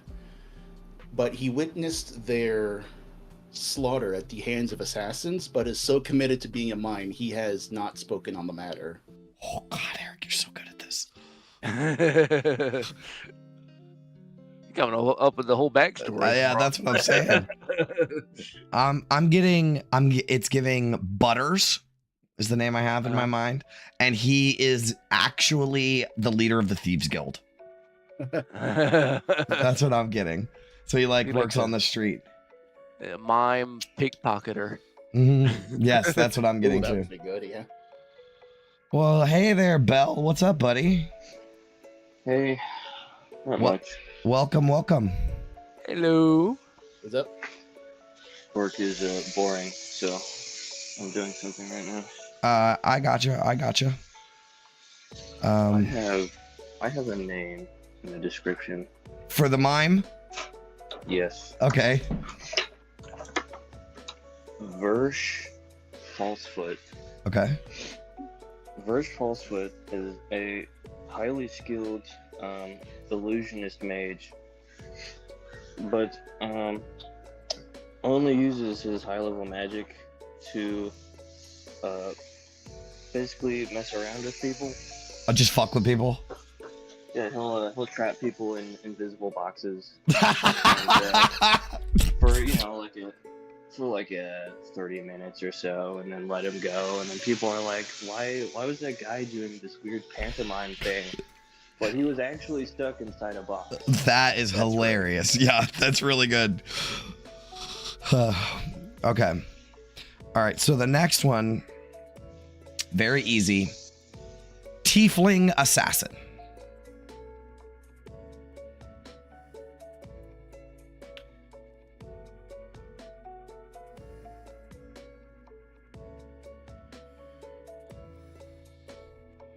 Things are hard because aren't they supposed to be like kind of demonic in their name? No. So tieflings do have a naming convention. You don't have to stick with it. Not all. So tieflings have these things called virtue names, where they pick their names based on virtues, but they pick them later in life. So it's like a self-chose thing. I always like the name Torch for a tiefling that like has fire magic. I think that's a really cool tiefling name. This is an assassin though, so it's a little different. You don't have to go with the naming convention, but they do have one.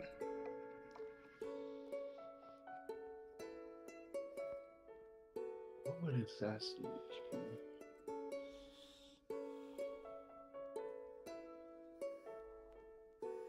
be? I'm getting Callan Bad Blood. Bad Blood. That's and his cool. thing is he prefers poisons and toxins for his assassinations. Sick. That's sick.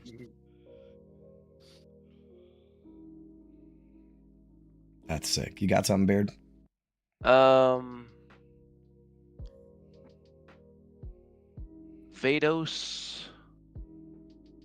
Let's see.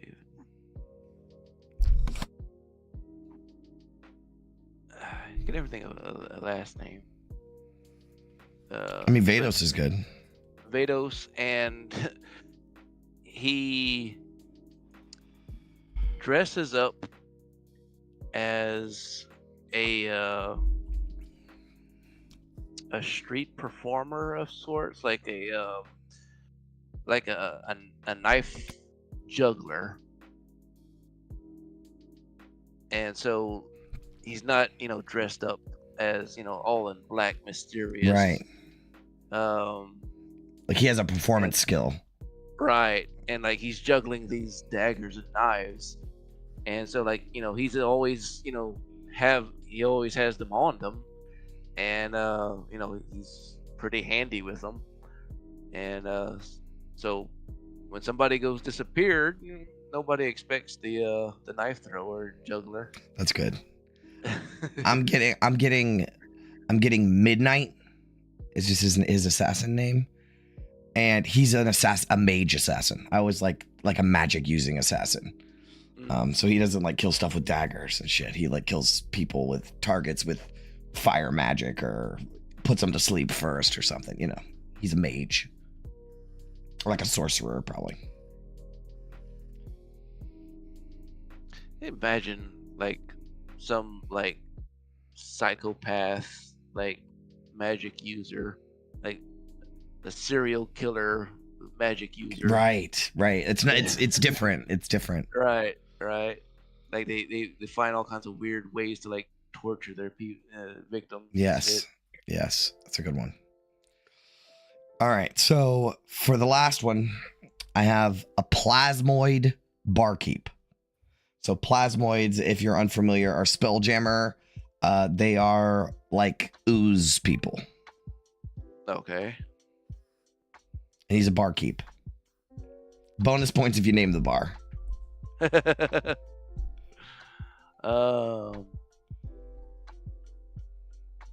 Ooze barkeep. Yeah.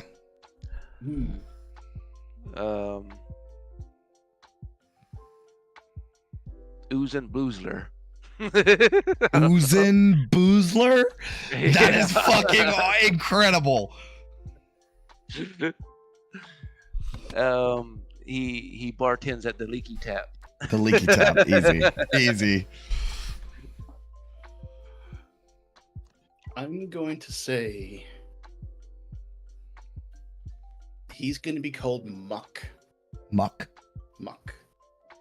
And he bartends at the Gutter. The Gutter is good. I'm gonna go with Speck.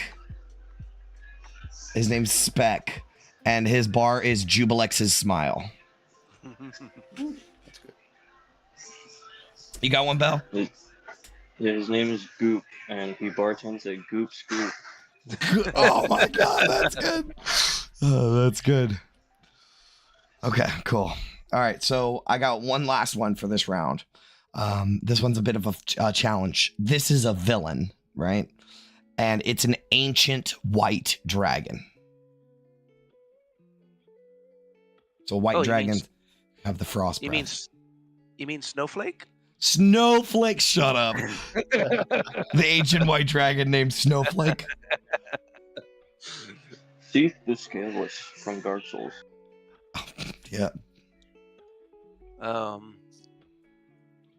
We got Snowball, Snowflake.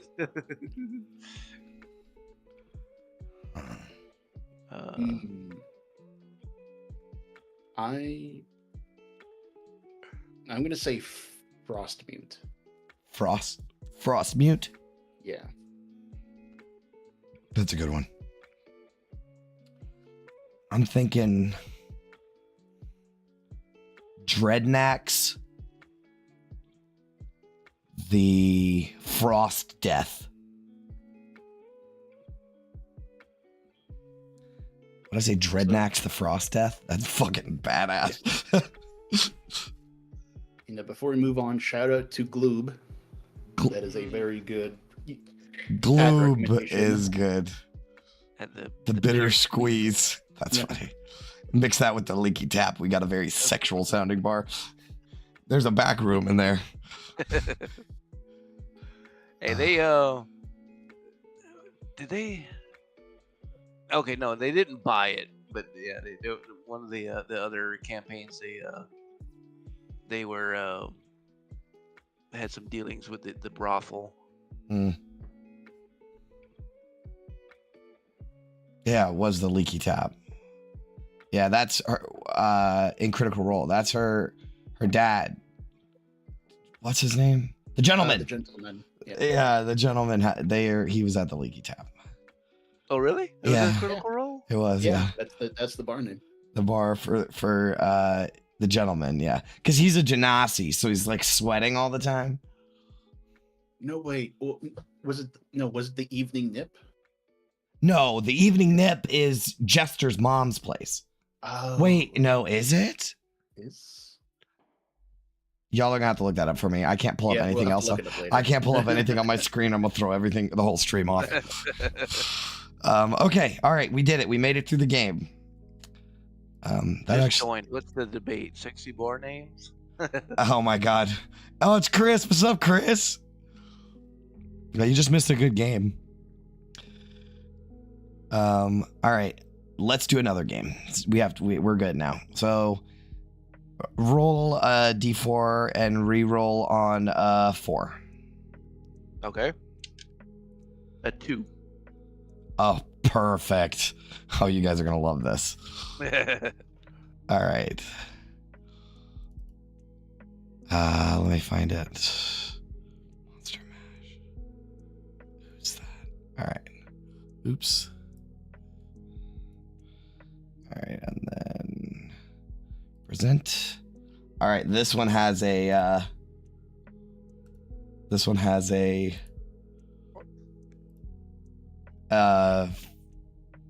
slideshow. Okay, so we are gonna play Who's That D&D Monster? Oh, that's easy. So here's the point of the game is Who's That D&D Monster? So I'm gonna who's that Pokemon? But I have it blacked out, D&D monsters. Some of them are this first one obviously is pretty easy. Medusa. Okay. All right. So yeah, obviously this one is a Beholder. Yeah. So we're gonna move on. I guess I have to have it like this. It keeps telling me that like when I hit next, my stream stops ending. Like, does it stop going live when I do that? No. It doesn't stop going live when I do that? I still see it. Oh, sweet. Okay, well, what's this one? I still see the beholder. Wait, it changed. It's black screen now. Oh, it is a black screen now. It is, yeah. Yeah, okay, that's fine. I'll just switch back and forth. There you go. Waiting to see it on the stream. It is. Okay. Gelatinous cube. It is a gelatinous cube. Yay! I'll keep it like. I'll keep it like. It's Jello. It's Jello with the bits. Yes, Jello with the bits. Okay. Can I just hit next? It won't let me do both at the same time. Okay. This is annoying. How do I fix this? Can I just... No, because it'll show all the slides. Let me think. I just have to click off of it. Okay. Who's that D&D monster? Ooh. I think... Is it a flump? It is a flump. Yay. Okay. I think the nicest Underdark creature there is, if I remember right. I hate them. Yeah. All right. Next. Why can I not go to next screen? Who's that D&D monster? This one's tough.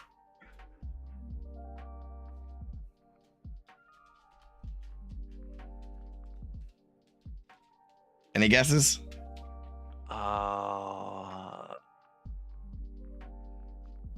I'm keeping an eye on the chat. Yeah. You guys don't know for real? Is it a Quasit? It is a Quasit! Yeah. Oh yeah. Good job. Yeah. Yes. Jezebel. All right, cool. Next. Yeah, I was leaning towards some sort of devil. Oh God, hold on. I got all my dog out. Pause.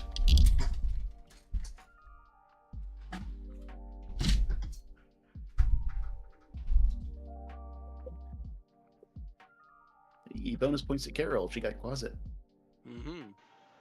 You should pause like a dog. The dog that has paws. Yeah, he's. He'll Let be me right know. back. Yeah, I'm back. Oh, okay. I'm back. Okay. You guys ready for the next one? Yeah. Who's that D&D monster? Uh-oh.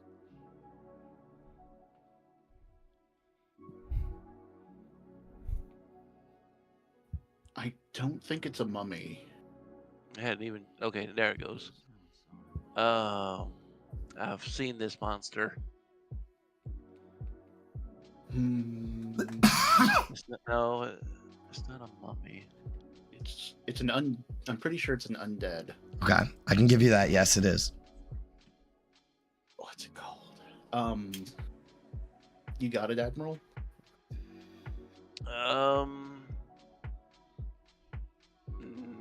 No. Is it a ghast? It is a ghast. Oof. It is a ghast, and I bet you were looking at the chat, Eric. No, I legitimately wasn't. The only reason I know this is because it's in Cursed Round. Yes, it is a ghast. There you go. I always get them confused for a ghoul. I've seen this one. Yes. I always get them confused for a ghoul. Yeah. Okay, next. Who's that D&D monster? Ooh. This one's tough. I don't even know if I would get this one. Is it a dragon of some kind? It is not. I hadn't loaded yet for me. There we go. Oh, an imp. It is not an imp. And No? also, chat, you guys can totally answer. I don't care. Yeah, I'm trying not to I'm look not at the looking. chat. No, I don't care. I don't care if you do anyways. They're going to get tougher from here.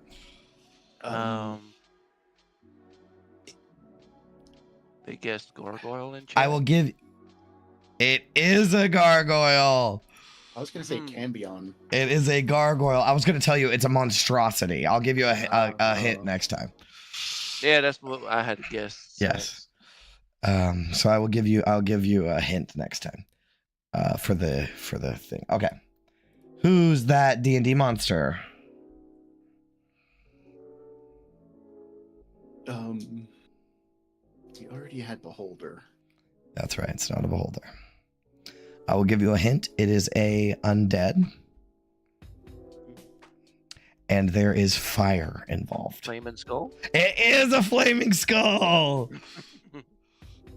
There you go. Flame skull. These things can cast 3 fireballs a day. They're insane. Didn't they put one of these in Lost Mines of Phandelver? I think there is one in Lost Mines. It's crazy. What was that? Now I can't even remember if it was one that I played in or not. I remember there was a campaign where they were in this room and they like peeked down a hallway and they seen like 3 of those things in the hallway waiting for them. Yeah, they did that in Frost Maiden. There was like 4 of them. It was hard. It was a hard fight. Yeah. All right, next. Who's that D&D monster?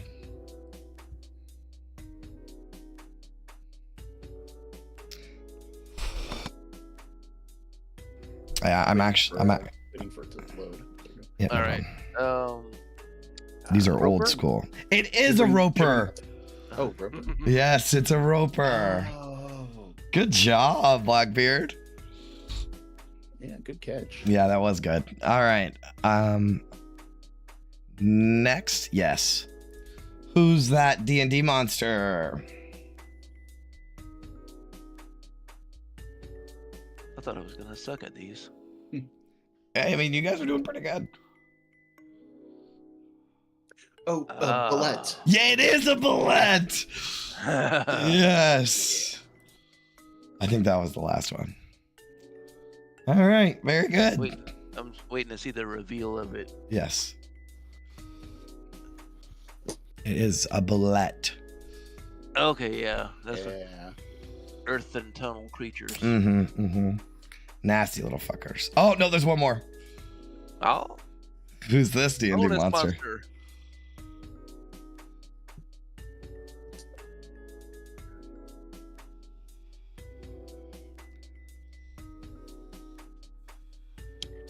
Magic carpet ride. Close. Aladdin's carpet. So close, so close. Sentient carpet? Close. I'll give you a hint. What? It's something of something. I picked the hardest one for last. This one is the last one. Yeah, it's like a Carpet damn of smothering? What is it?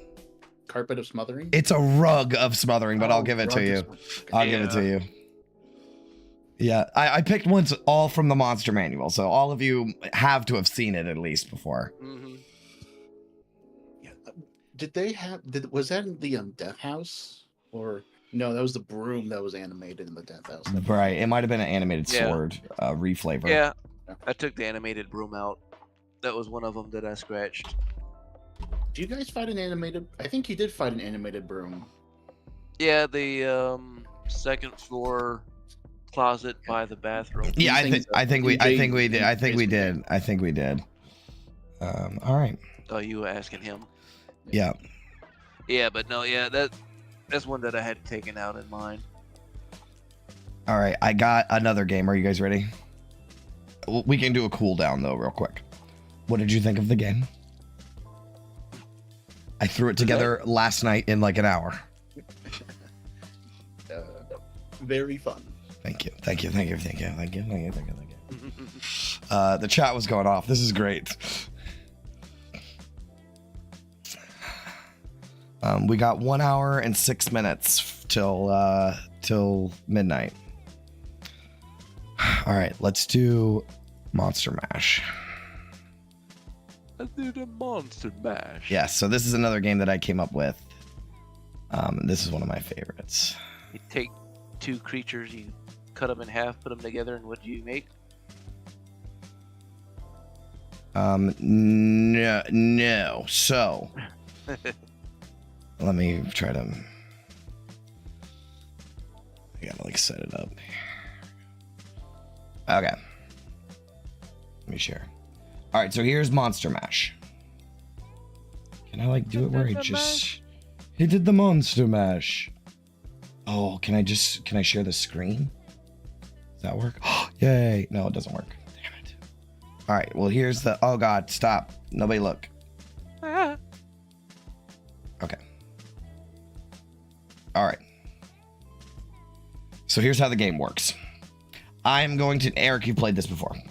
I'm gonna name 2 names of D&D monsters. One of them is a real D&D monster. The other one is a completely made up name. And you have to figure out which one's the real D&D monster. Not the made up name, the real D&D monster. Okay? Yeah. All right. So you got a 50-50 shot. And they are fucking, you guys know. Like I based it off of the idea that D&D monsters have really weird ass names. All right, here we go. First one. A Banderhob or a Shoebulk? What? A Banderhob or a Shoebulk? Damn, I can't have all my things open at once. Oh, that's not good. Oh, it's okay. I'll figure it out. I'll go with Shoebulk. Okay. Eric, you have input? I just go Banderhob for. Split the difference. All right, Yeah, I'm gonna give it a second for everybody to like pull up there, for everybody to get a guess in. Because I can't have all my things open at once, which really sucks. I do not like this, but it is what it is. Sex is Banderhob. Okay. All right. So the answer is Banderhob. That is a real D&D monster, and I will tell you about them. I'm gonna say, can we get a picture? I never heard of them. Yeah, I put one up. I had one up for a second. But What the hell? I is can't that? like, do my notes at the same time, which really sucks. Can I do it like this? Man-eating frog? Yes. So, a Banderhob are shadowy, frog-like monstrosities created mostly by like hags and night hags and stuff. They are created to abduct victims for their masters. The Banderhob combines strength and stealth. It uses its long tongue to grapple prey and drag them into its mouth. It can teleport through darkness. It has an iron grip that is hard to escape. So they're like kidnapper monsters. Are they considered fiends? They are monstrosities. Monstrosities, okay. Okay. Here is the next one. A Nagpa or a Corblin? I think I've heard of Corblins before. Okay. I'm gonna go with that. Okay, Corblin. A Nagpa or a Corblin?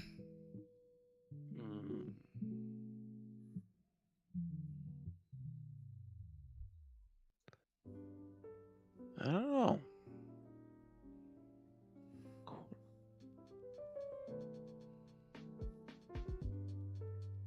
Yeah, like that was my first. I'll go with Nagpa. Nagpa? Yeah. Okay. Yeah. And the answer is, drum roll please. Brrr, Nagpa.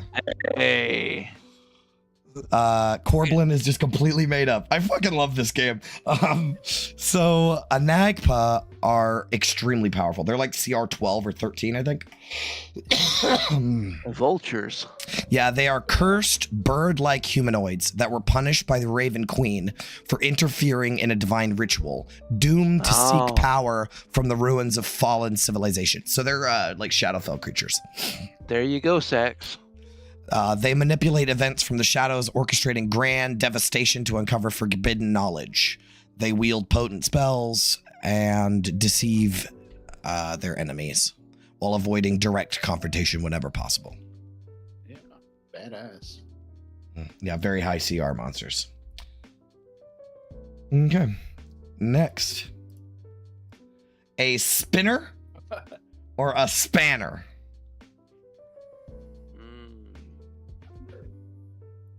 I'm gonna go spinner. Spinner, okay.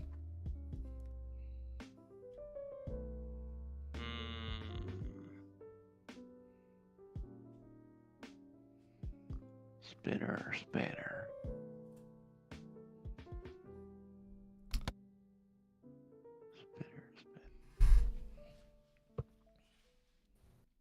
I think you're overthinking it, Beard. It's a 50-50 choice.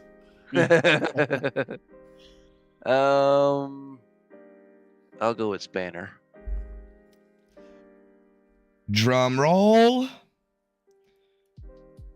Spanner is the creature. Guys, so this is a vintage monster, right? This is first edition. So spanners are distant relatives of mimics. They are intelligent, stone-like creatures that disguise themselves as bridges, blending perfectly into their surroundings. They are curious and friendly, preferring to gossip over conflict, but will mercilessly eject anyone who crosses them without permission or harms the local environment. In combat, spanners rely on their immense durability and can open holes or tilt surfaces to send enemies plummeting below. So you like put one over a gap, over like a crevasse or something, and you drop your party off of it. Very literal name. I like it. Yeah, it's a vintage monster, so they have like really.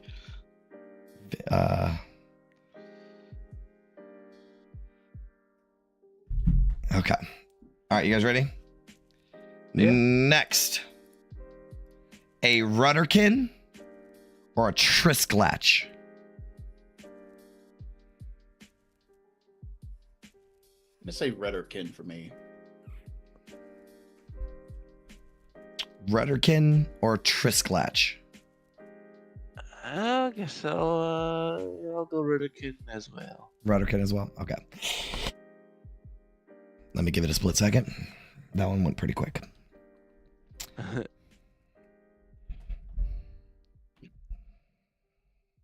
Alrighty, here we go. Rudderkin. Hey. Rudderkin. Ooh.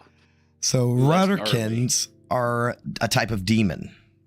Oh. So they are twisted, malformed demons that embody fear and failure, haunting the abyss as grotesque outcasts. So even among abyssal creatures, they are outcasts. They are known for spreading a maddening aura of fear to those who see them, driving victims to flee in terror. In combat, they attack with clawed limbs and rely on their horrifying presence to disrupt and scatter their enemies. They're like a CR4. I think they're found in like big groups though. But yeah, they're like abyssal monsters. Like 20 of them coming at you? Yes. Yes. Okay, let's move on. A Borgash or a Shusuva? I think I've heard of Borgash. Borgash or a Shusuva? I'm gonna go Shusuva. Shusuva? Okay. I'm gonna wait a little bit. Make sure everybody gets their thing in. I wanted Chris messaged me, so I have to say, hey Chris, how's it going, Chris? We see you, Chris. We're reading the chat, Chris. He messaged me too, by the way. Which Did he? He was like, show me some love. Yeah. This guy. Come on, Chris. Come on, Chris. You love us. You love it. All right. Here we go. The answer is Shusuva. Oh. So I'm actually very familiar with Shusuva. So Shusuva is also a type of demon. They are hyena-like creatures gifted by Yinagu to the most devoted Gnoll followers as a sign of his favor. So they are like Gnolls that worship Yinagu to the point where Yinagu blesses them to turn into one of these demons. And And I just love gnolls. They're one of my favorite things. These terrifying beasts combine brute strength with a venomous bite that paralyzes their prey, making them formidable hunters and guardians. In combat, they charge ferociously, relying on their speed, strength, and paralyzing attacks to overwhelm enemies. Badass. Yeah. Yeah, oh yeah. Fucking scorpion. You think this is the last time you're gonna see one of these fuckers, Eric? All right, here we go. Next, a fuca or a lucrata? A Fuca Lacrata? A fuca lucrata. Lacrata. Fuca Like it's a lucrata. Mexican handbag?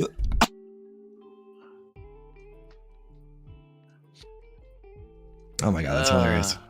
I think it's gonna be the next my next character is Fuka Lacrata. Fuca lucrata? Yeah. That's actually a really good name. The expensive handbag designer. Yes, no, the Mexican handbag designer had me. I had to mute because I was laughing. Oh. I'm gonna go Fuka. Okay. That sounds horrible out of context, by the way. But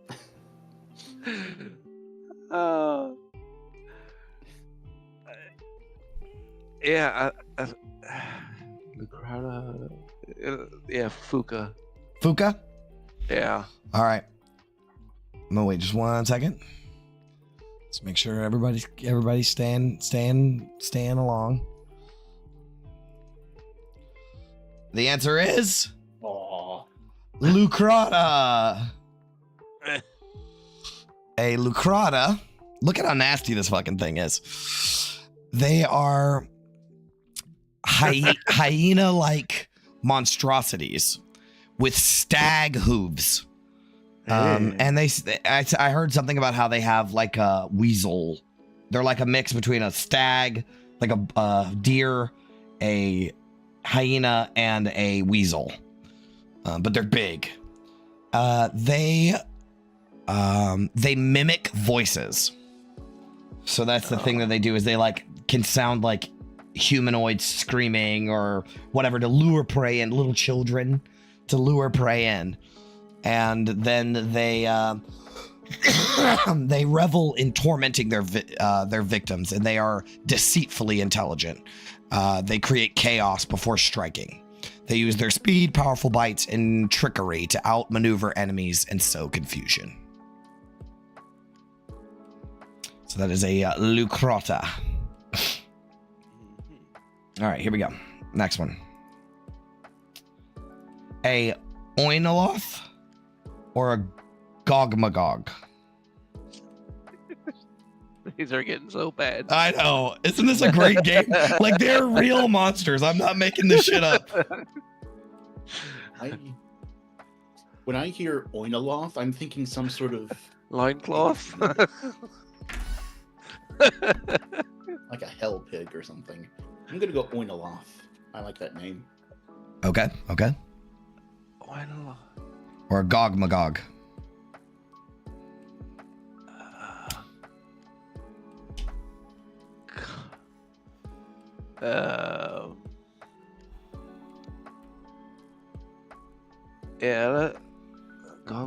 Let's go with loincloth. All right, loincloth. There we go. And the answer is an oinoloth. Look at these freaky fuckers. All right, so I'm going to read about them, but then I'm going to give you guys a tip about D&D monster names. So oinoloths are Yugoloths. They're a type of Yugoloth. Oh. And they are tasked with spreading plagues and diseases across the realm, embodying the horrors of pestilence and decay. They are cunning manipulators, often using their power to sow chaos and weaken armies before an invasion. In combat, oinoloths wield devastating disease-based abilities and curses, ensuring that even a single wound can lead to lingering death and despair. So, tip, anytime you ever see Oloth at the end of a D&D monster name, it's a Yugoloth, because all Yugoloths have their names end in Oloth. Every Yugoloth. So they're a type of Yugoloth. Oinoloth. There you go. Look at how fucking nasty they are. Ugh. Yeah. Ugh, disgusting. Also, shout out to Will in the chat. What's up, Will? Yeah. Chris Atanis is my favorite character. Okay. All right, let's move on. I think there's more. Yes. A Tanaruk or an Amarok?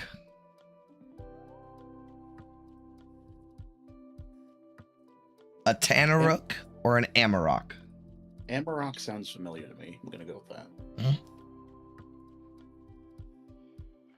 Oh.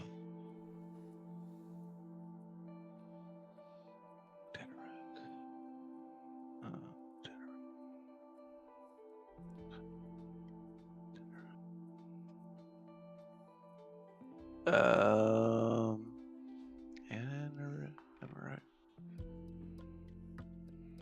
What you thinking, Beard?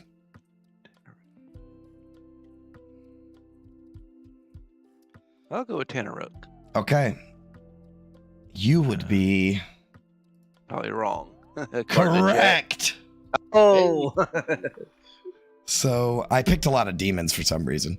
So Tanaruks are brutal orc demon hybrids. So like the Shusuva, where they worship Yinagu enough, they will be blessed to become this creature. So if an orc worships a demon, there's a foul ritual that they can do to fuse the savagery of orcs with the unholy power of demons. They are savage. God damn it. I keep fucking clicking off. There we go. They are savage warriors driven by an insatiable bloodlust and desire to destroy everything in their path. In combat, Tanaruks unleash the raw strength and fiery demonic abilities, striking with relentless ferocity and devastating power. So they're like orc demons. I almost had you guys fight one of these in the demon lair thing recently. All right, here we go. Next one. This is the last one. Oh, Lord. An Ixit-Shittle or a Yaklol.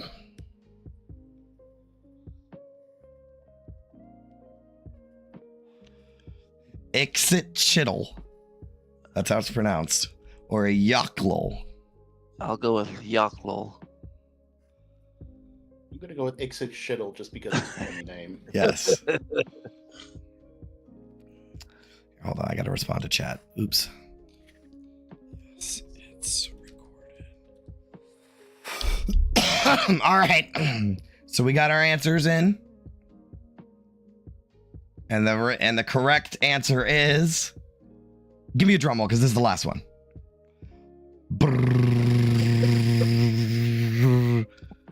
The answer is...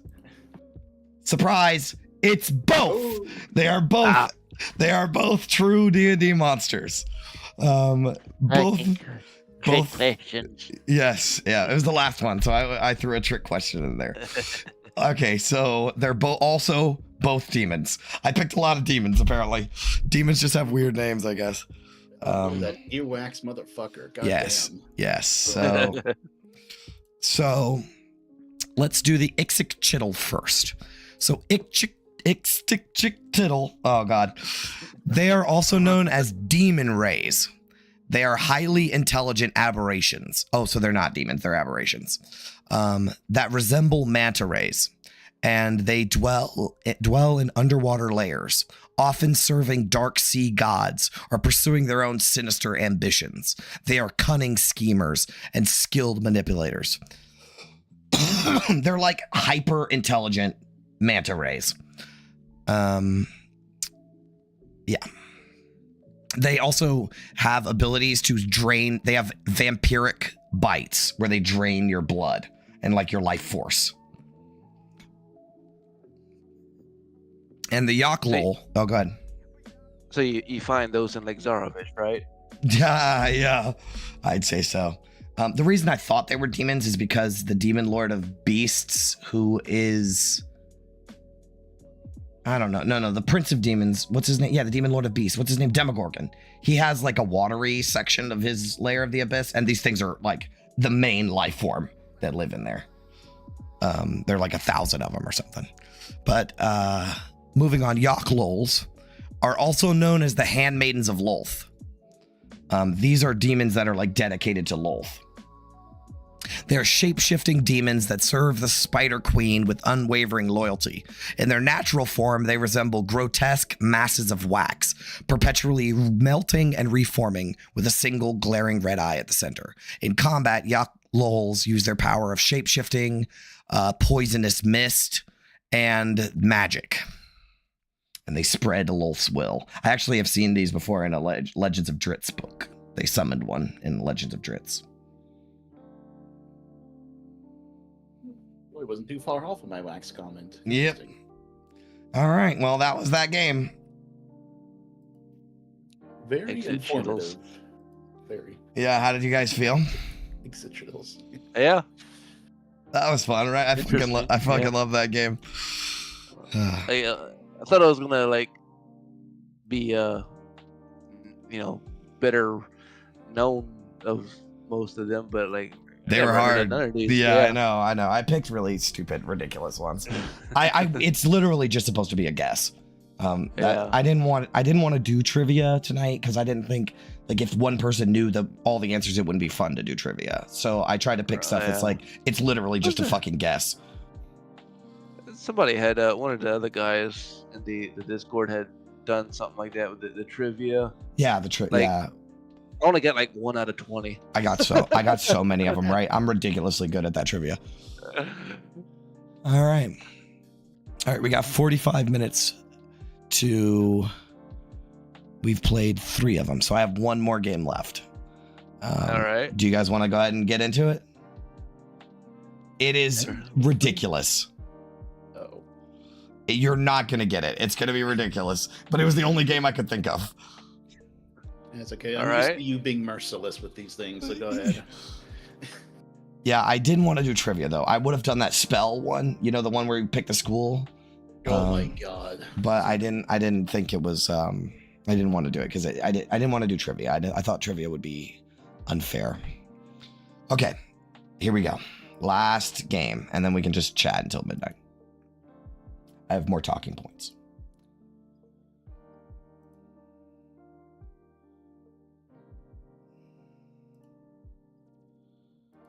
Wonder if I can like make it so it doesn't. Oh, I can't. All right. So this is Who's That D&D Pokemon, but it's just their feet. So it's much shorter. But it's not like their feet are blacked out. It's just their feet. And you have to guess what D&D monster it is based off just their feet. It's ridiculous and no one's going to get it.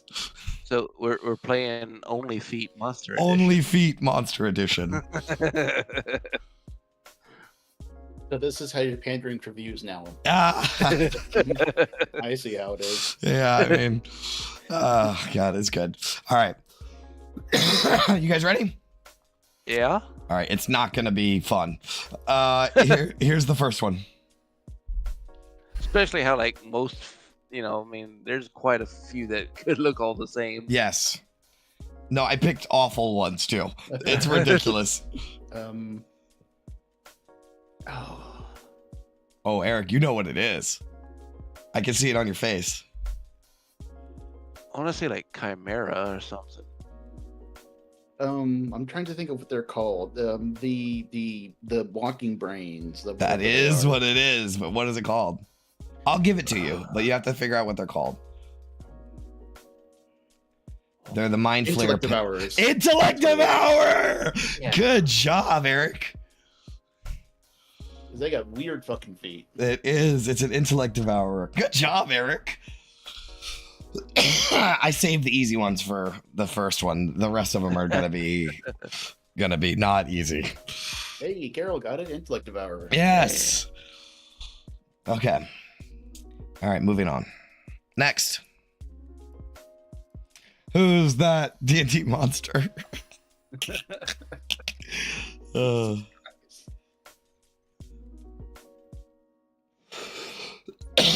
No, I only took from the monster manual. So all of these are in the monster manual. Zombie? It is a zombie. There it is.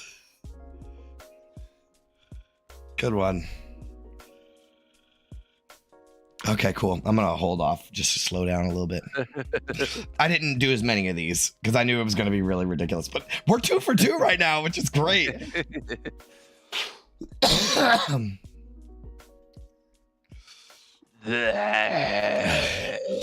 All right. Here we go. Next one. This is gonna be ridiculous. I know it. Okay. Yeah, that'd be a game. What sound do they make? Oh, that would be good. All right. That is a good game. Like, make that sound. Make the sound. Yeah. Shit, I should have thought of that. Fuck. Next year. Next year. Werewolf? Okay. It's not a werewolf. You're close. Oh.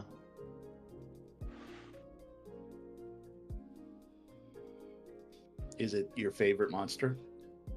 It's one of them. Mm-hmm. I have a list. Top 5 for sure. No.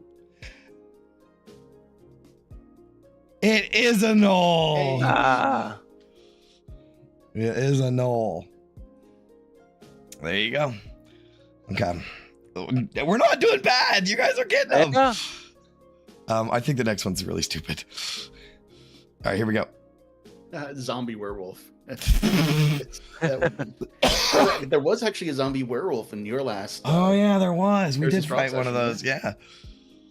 Okay, here we go.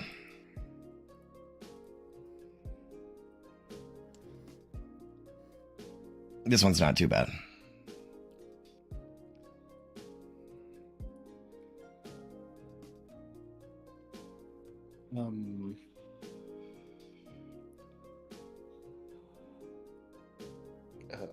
Kobold? It is a kobold. Wow. Look at that shit. You guys are doing great. That's incredible. Abyssal chicken. Abyssal chicken. Oh, you haven't met one of those yet. Those are a thing. Awesome. Okay, that was a kobold. All right, next one. Oh my god. He's got the flip-flops on.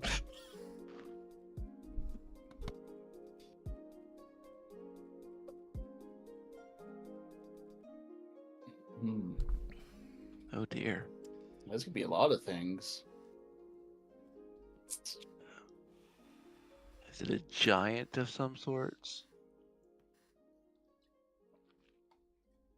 Is it something a player character could be? One of their No. races? No. Mm. No, it's all in the monster manual. Well, they can be no, Goliaths are players. Never mind.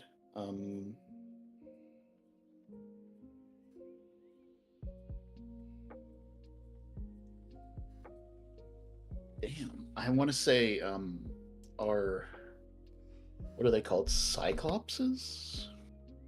Okay, I'll give you a hint. You're close. Hmm. You're close. They're cousins. I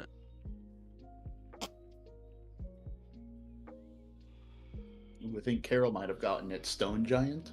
Close. It is a giant. Okay. Earth giant? This one's gonna be ridiculous. Do you guys want the answer? I picked this one just because I saw he was wearing flip-flops and thought it was ridiculous. So it's some sort of giant. Yes, it is a giant. It doesn't look like a cloud giant.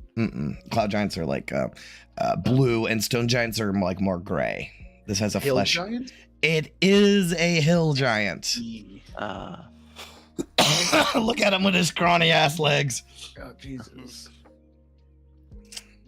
I thought hill giants were supposed to be fucking beefy. Yeah, this guy is gross looking.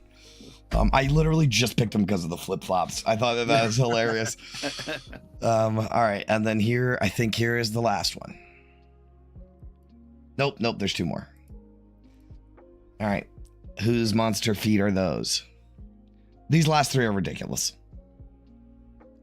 So I'm not expecting you to get them or anything. Ooh, we've already had Kobold. Mm-hmm. I'm guessing there's no repeats. I'll give you a hint. It's an Underdark monstrosity.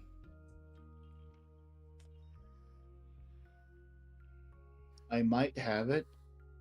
I'm gonna wait to see if Admiral wants to. You want to take a shot at it, Beardsy? No, go ahead. Is it a hook horror? It's a hook horror. Yay! Look at that was tough, right? Because this thing's got a turtle shell, hooks, bird face, whiskers. Like it's got all kinds of weird parts. I was waiting for some sort of like bird. Mm-hmm. If you hadn't said Underdark, I would have. I know. We'd have been here all day. I know. I know. I picked purposefully ridiculous ones. All right, here we go. I think this is the last one. Yeah, it is. All right, last one. Hey, wait a minute. This would be cloaks. There, I couldn't find the feet.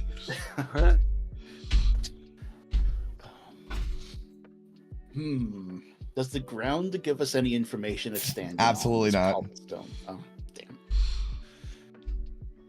It's a red cloak. I can't give you too many details.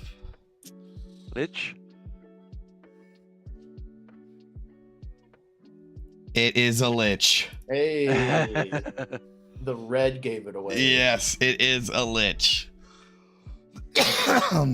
Chris said Red Wizard. It is. That's Zaztam. The art is of Zaztam, so he is right. It is a Red Wizard. All right. Bonus points to Chris and bonus Carol points. for Hook Horror. Yes. Hook Horror was hard. So you guys got all of them.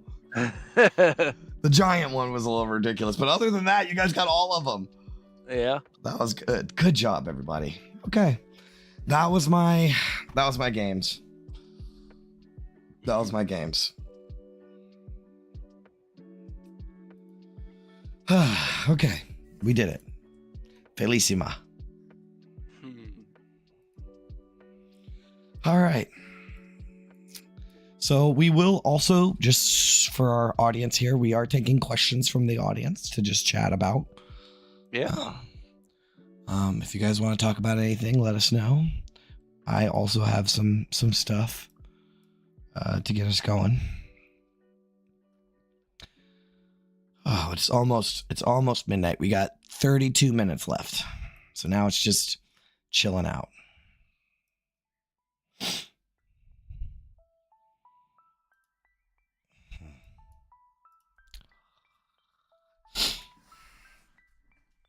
Okay, so let me ask you guys. Do you guys prefer being a DM or a player?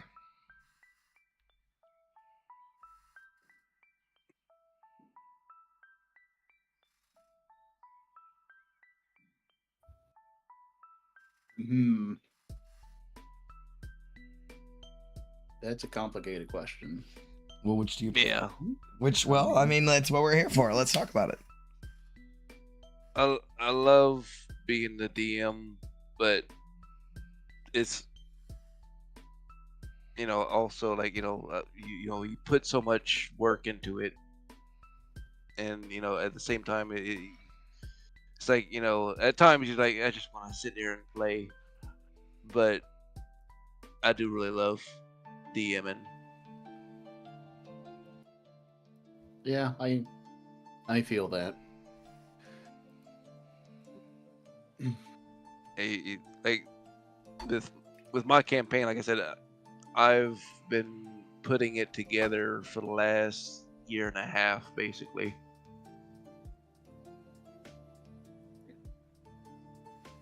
I think if I had to choose one, I would choose player, but I definitely don't regret DMing at all. It is a lot of fun in its own right. And it's informative as to how to be a player. Mm-hmm.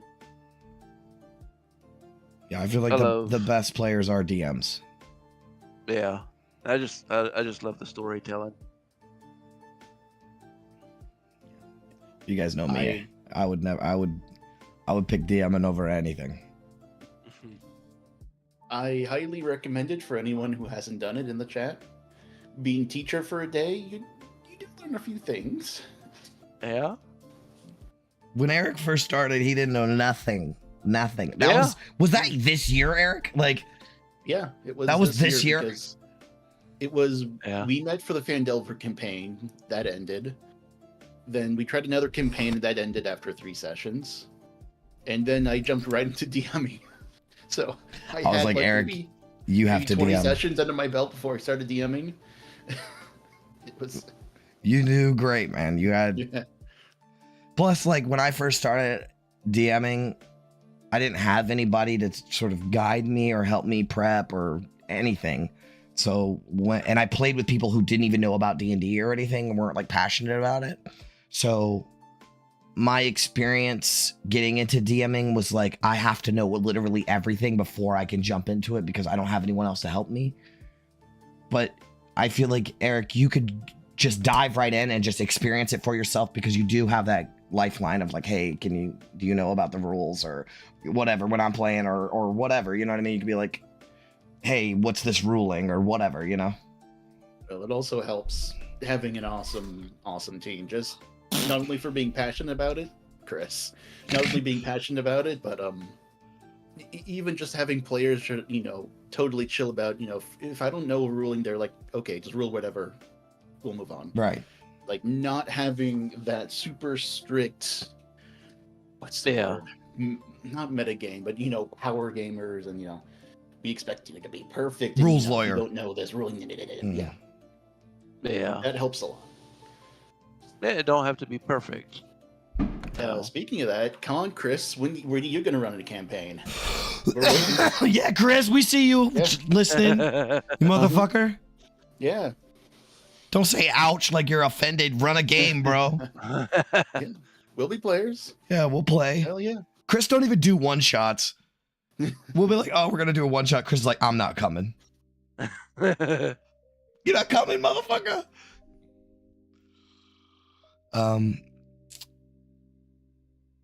We did get some questions.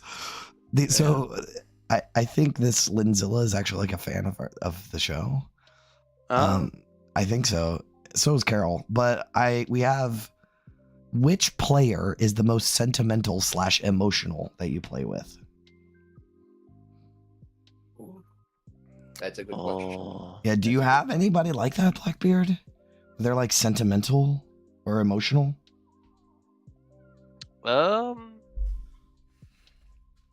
Sentimental, emotional. Yeah, where they like get really heavily invested and stuff. I will say, so we have Raven, and it's been surprising a bit, but very rewarding. She's not one that I was expecting to really get into her character, because she doesn't play as much as the rest of us have before and stuff, but she's really gotten into her character and has done a lot of great role playing with it. That's awesome. Yeah, Sax. Yeah, you do, and Sax as well. He gets attached to his characters, like you were saying. And he as well has done some awesome role playing with his character. That's great, man. So, Eric, who do you think is the most? What was the question? Sentimental, emotional? Sentimental. I mean, you are up there. Who? You are definitely one of the top. Oh yeah. Oh, I guess. I didn't even think about me. Yeah, you are. I do get heavily invested in some shit. I be falling out of my chair when shit happens. I mean, you are all up in Bishop and what he has tied in. And every time something comes up for him, I can see it with you. You latch right onto it. That's true. Yeah, I think we all get attached to our characters. Like the last game I had played in, they were talking about a backup character. Like, what do you mean a backup character? I don't have no backup character. This is my character. Right. I will, not in my games, but I do think Geo. I was gonna say is Geo very too. good at that, yeah. When Geo has something to say, he fucking goes crazy. So that would be Vin for any of you listening. Vin would be the one. But Vin hasn't got a chance to shine yet. But his old character, Illican, like, was one of the best characters in that. Like, he was. Everyone agrees. Like, he was fucking awesome. So yeah. And we have some very emotional scenes coming up. So very interested to see what brings that out. In each of them. Mm-hmm. We saw that a bit with Gast for Vin. Mm-hmm. We saw a little bit in of the that. Vengeance episode. Yeah. And I know Chris is gonna say, "Why didn't you ask me?" And I know you're fucking awesome, dude. I am just waiting for that moment for London because he hasn't really had that emotional impact yet. Yeah. Hopefully really nothing bad happens to Hamilton is all. Nothing. No, Hamilton, he's fine. He's fine. gonna live. Perfectly fine. Yeah. Okay, so this one says, how do you all take a character's death? One, you're playing. I'm not sure I understand the question. So we take our character own character dying. Yeah. That's a good question. That's a tough one. I don't mean to be railroading this conversation, but I've actually thought about practically a lot about Ophelia. I thought about how that character death would go. And I'm in the camp of whatever happens, happens. If the dice decide Ophelia dies, then Ophelia dies, and I do not expect her to be resurrected out of nowhere. I agree. I mean, it would be tragic, but yeah, I don't want her to die. But if she does, that's what they did. That's how it goes. Yeah, that's basically how I feel. I mean, we don't want them to die. We do everything we can to prevent that from happening. But if it's the way the dice were meant to roll, then that's the way it's meant to be. I like to. So I've killed a couple player characters in my day. My main Wednesday group is lucky. They've never got to see it, but I've played other campaigns where there are character deaths, and I really feel like if my character died, like if Bishop, my character that I'm playing in Eric's game, died, I feel like that is like I would be upset about it. Yeah. But at the same time, like that gives me an opportunity to make a character with a lot more knowledge than I had before. You know what I mean? Now I can make a character that's even more tied into the story. Like, hey, this is a plot line that I'm curious in. Let me like make a character that involves that so I can like heavily invest into that. You know what I mean? Yeah. It's kind of tricky dealing specifically with Curse of Strahd, just because of how Barovia is set up in terms of souls and reincarnation. But yeah, definitely. Right, but like generally, as a rule of thumb, like I do think that. First of all, this Linzilla person just said, who is the fan favorite? Lulu Sonar. She said Sonar, or him or her, I don't know. London and August. Sonar? That's the other campaign. This person watches Rhyme. Which is fucking awesome. Awesome. Yeah, thank you. I mean, Sonar is a really good Sonar is so good. Yeah, Sonar is a badass. Oh man, that's crazy. And then they said that they like London and August. August is another favorite. My other friend that watches the show loves August. Oh yeah, you always got a cheerful Russell Brand. That's what he calls him, Russell Brand. Like they fucking look identical. That's funny. That's funny. He looks like Russell Brand. Yeah. I want him to watch this and to hear that. I mean, at least the character art looks a lot like Doctor Strange. Yeah, it does. So that's It honestly does. what I I think of definitely. every time I see him. I did use Doctor Strange as the basis for the character design. All right, cool. Did we have any other questions? Not yet. Didn't see anything yet. Okay. Let's see. Okay, this is a divisive one. So, how do you guys feel about DM screen / secret roles or public roles? Like, do you hide all your roles? Do you ever roll in public? Oh my God, Brendan said he's offended. Brendan is watching right now. Brendan, why are you not with us right now? Why are you not in here with us, Brendan? But that's hilarious. But yeah, so how do you guys feel about secret roles or like hiding roles from your players? Like, do you guys do that? DM screen style, you know? I have not. I've been kind of inconsistent with this.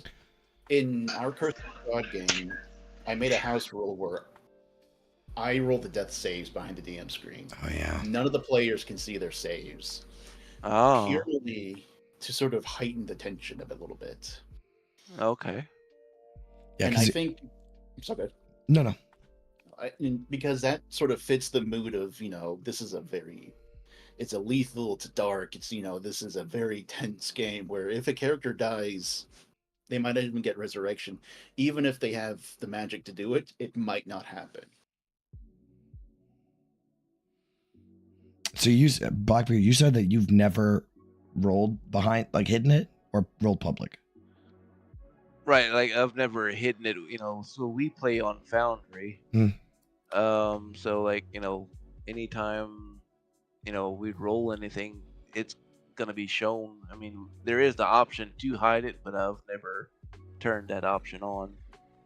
Yeah, I know that it is, and like I know that rolling hidden is definitely a tool and like one that should be used. Like a lot of DMs should be using that tool.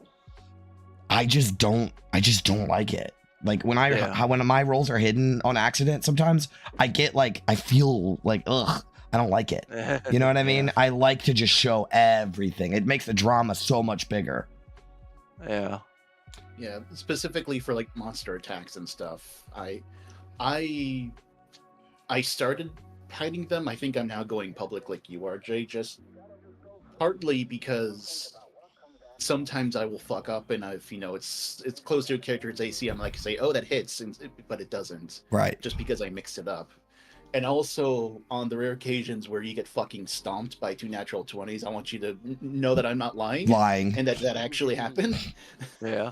I hear you. It really is swingy as fuck. Like, there will be days where I'm rolling so bad and everything I throw at them is just getting smirked. And I'm like, oh my God, I wish I was hiding these fucking rolls. You know what I mean? Like, oh God, I would just be lying so bad. But I feel like the integrity of the game is better when you show them, which is funny because that's like against what like old school DMs. They always hid their rolls. Always. Sometimes they would roll for the characters. You know what I mean? And like that, I feel like it's the opposite, where like the integrity of the game is stronger when you roll in front of everybody. Did you have some input, Belle? It did. Yes. I like stuff like investigation and perception when that's hidden. Then it's at least from a player perspective, and from a storytelling perspective, you can more easily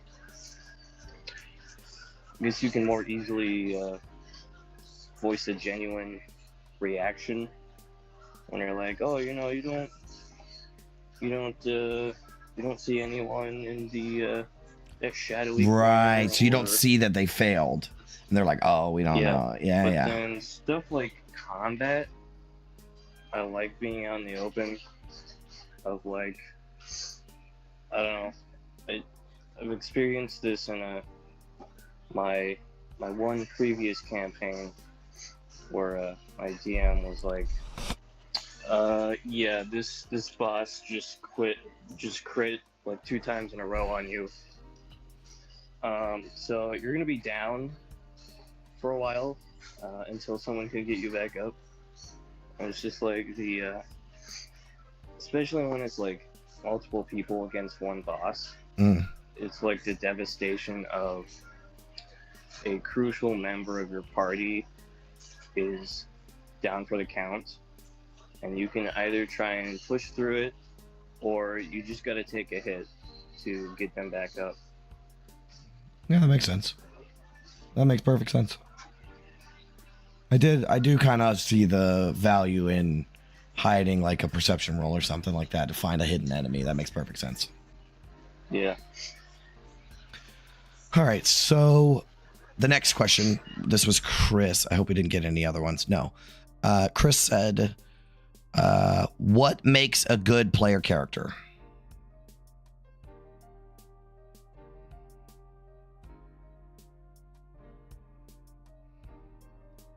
It would help if I'm unmuted. That's a complicated question. Honestly, I'm trying to phrase this in a way that makes sense to what's in my brain. It's a player character. The details of it are maybe not as critical as how they are played. Because, I don't want to come here and say, you need an epic backstory that, has all these details with the campaign, or you need to make sure it's built optimally. You need to make sure you don't, do multi-classing or stuff like that. It's a lot of that can be worked out between a player and DM, and a lot of that, honestly, people aren't. This is going to sound insulting, myself included. Most people aren't writers, and they're not very good at making characters on the first pass. Sure. So if you try and nail down every single attribute and every single thing the first time, it's probably not going to go how you want it. Right. It's good to develop the character as you go along. No, I completely agree. So for what makes good, so good. As a basis, make sure that your character has a reason to be there. Otherwise, it's just like, my character wouldn't do that, actually. It's like, well, it's kind of like the whole deal is that's why that we're you're here and you're doing the adventure. But outside of that, yeah. Yeah. That makes sense. Definitely a key thing is the character needs to be compatible with the party. Like, yeah, edgelords and, these creepy little rogues that are all loners and stealth and, sit in the dark. They're cool characters, but they're not good party members. Right. And they need to work with the party. Or the party needs to be aware that you have to deal with that guy. the rogue. Yeah. Right. I'm also going to say a good character needs to be compatible with the player. I.e., if you don't like being a hard ass, don't try and play a hard ass. If you don't like being evil, don't try and play an evil character. Because you're just not going to have fun agonizing over, my character would do this, but I'm not going to have fun. Right. If, Yeah, it should come natural to you. Mm-hmm. Like, there is this quote on one of the Critical Role, one of their four-sided dive, after show things, where a character should be the reflection of you through stained glass. You are the light that makes the character, but the character itself is what modifies that light into something new. That's fucking awesome. Yeah, that's a very, very good way to put it. Did you have something, Blackbeard? Immerse yourself into the story. Be sure to get involved with the dealings of what's going around you in the story. And, get involved with, what's going on. Seek out conversations with NPCs and stuff like that. That helps, drive the story along and, develop new things in the story that, you know, possibly not even the dungeon master had, in thought mind. of before. So take the initiative, kind of like try to pretend that you're really there. What would you really do? Be like, oh, that was a really good idea, and then the DM can work with that and play off of that some more. That's great. I think one thing that I would say for making a player character is the best player characters, in my opinion, are the ones that come to a player that comes to the table with a very vague idea, and they say, DM, what can we do with this? And then the DM tells you, oh man, this would be crazy if you had something like this, right? Like Ophelia, Eric came to the table and said, I want to be a Dragonborn Paladin. And I said, oh yeah? Get this. Order of the Companion, right? El Terrell, all that. I fed all of this story to him, and he was like, oh, that's an idea I could work with. I can mold, I can shape that idea. Same thing with V, Nathan's character in the last campaign. Nathan came to me with nothing. Nothing. And me and him literally worked from the ground up everything about V. And V was one of those characters that was incredible. You know what I mean? So I feel like if you have the DM that knows the story and knows the plot hooks, he's going to give you the right information. You know what I mean? That's why I worked with each one of my players individually. They, like I said, we had almost multiple kind of session zeros, but not actually started the campaign. We met one-on-one, me and each of them, where we discussed their characters and their ideas and stuff, and we worked together basically like you were saying, with coming up with something they wanted to play, whereas also including my input of, okay, well, if you want to do that, this would go really good in this campaign. Exactly. And so we, built the characters together basically. Yeah, that is, in my opinion, the most important thing for a good player character. All right, we got 8 minutes. Do you guys want to do another question for the chat, or do we want to do something easy, I don't know, D&D New Year's resolutions? I'm making this up right now. I mean, Linzilla's question about low rolls, I think, is an interesting question. When PCs know a roll is low, like a low perception or insight check, is it easy for the other players to play along?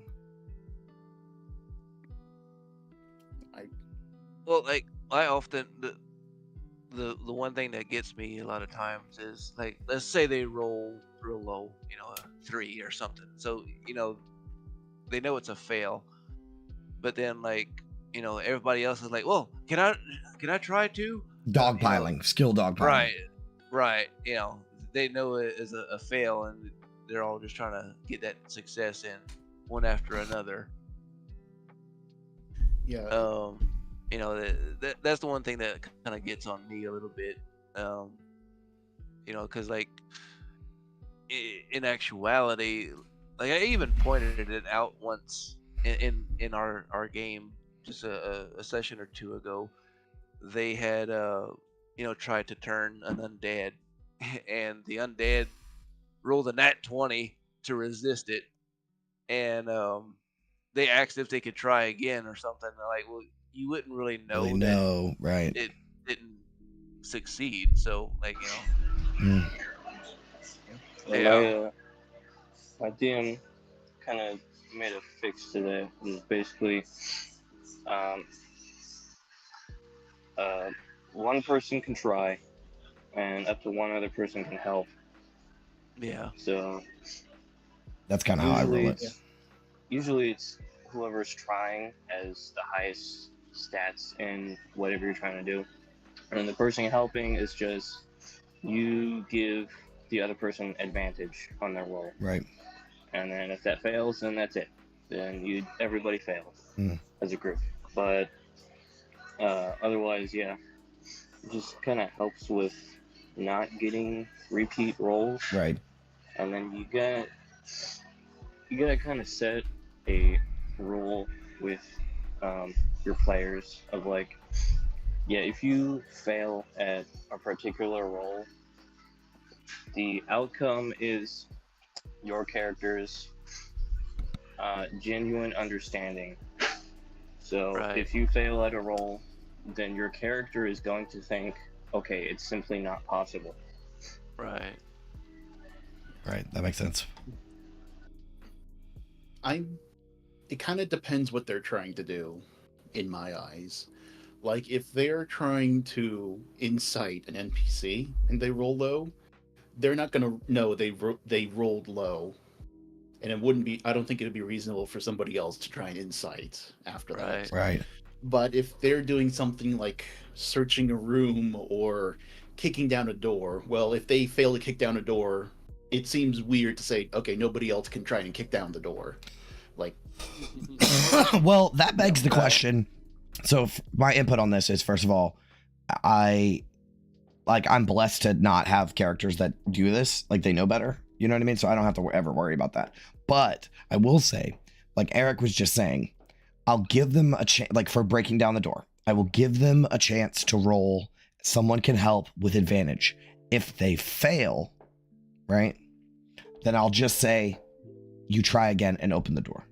Because if there was no reason to roll, why are they rolling in the first place? Like, if they could get the door down eventually, why are we even rolling? I just know that players like to roll dice. So if they did good, they'll be like, oh, we did good. We did it. But like, otherwise I'll just be like, it's okay. You can just knock the door down. Right. Because there's no point in extending. You know what I mean? Like, you don't have to keep trying over and over and over again. If it is possible, you just do it eventually. The only thing you're sacrificing is time.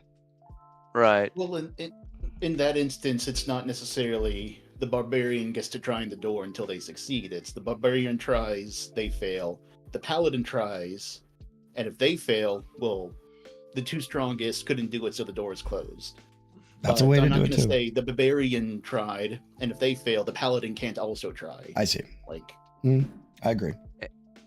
And if it's, like something that has to happen, like they have to succeed at this, either just give it to them, or if you do want them to still roll something, at least make it a very low DC. Sure. If it's something that has to happen, it's gonna happen one way or the other. So make it easy for it to happen. I'm notoriously lenient about that kind of shit. Like, I really honestly don't care. There are more choices and more dice rolls that are going to be way more important than breaking down this door. Like, I don't care. If, if there's something behind it, if they're doing some stupid shit, like that one time in Eric's game when we were trying to bust through a brick wall or some shit, and there was probably nothing on the other side of it that he had prepped, right? Like, I can see where you're like, nah, you guys can't get through that, right? We tried like 3 rolls and nothing helped, so no, you can't really do that. But if eventually I was just going to be like, oh, whatever, you know what I mean? Was that where you rolled 2 natural ones in a row? Yes, 2 different characters. Yeah. Well, you broke your foot trying to kick it down. Now what are you gonna do? No, I wouldn't do that. But the funny thing is, Jay, when the party, the role you started focusing on that bricked up doors, like, oh shit, I was quickly drawing out walls behind it as you were talking, like making a room. Exactly. Like, I totally understand that. I totally understand that. All right. We got 1 minute and 40 seconds left. Yep. Till the new year. My neighborhood, the back of my neighborhood, ever since COVID, they go fucking hard in the back of my neighborhood. Like, there's been fireworks going off steadily for the past hour. Damn. Yeah, they go fucking crazy in the back of my neighborhood. Like, I'm about to get in my truck and go drive over there and just have a whole fireworks show. They spend thousands. They're not just like little fucking shooters, bro. They got the big guns. Right. That sounds awesome. Yeah, it's pretty gnarly. The whole block is like stuck. It's in suburbs, and like they got the whole block with just people walking in the street and shit, shooting off fireworks in their driveway.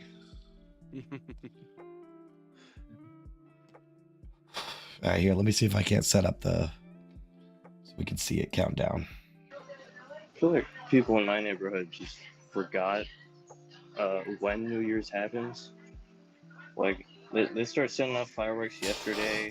Yeah. Or tomorrow. I was like, dude, like, it's kind of like the one day that it happens, and that's it. Yep.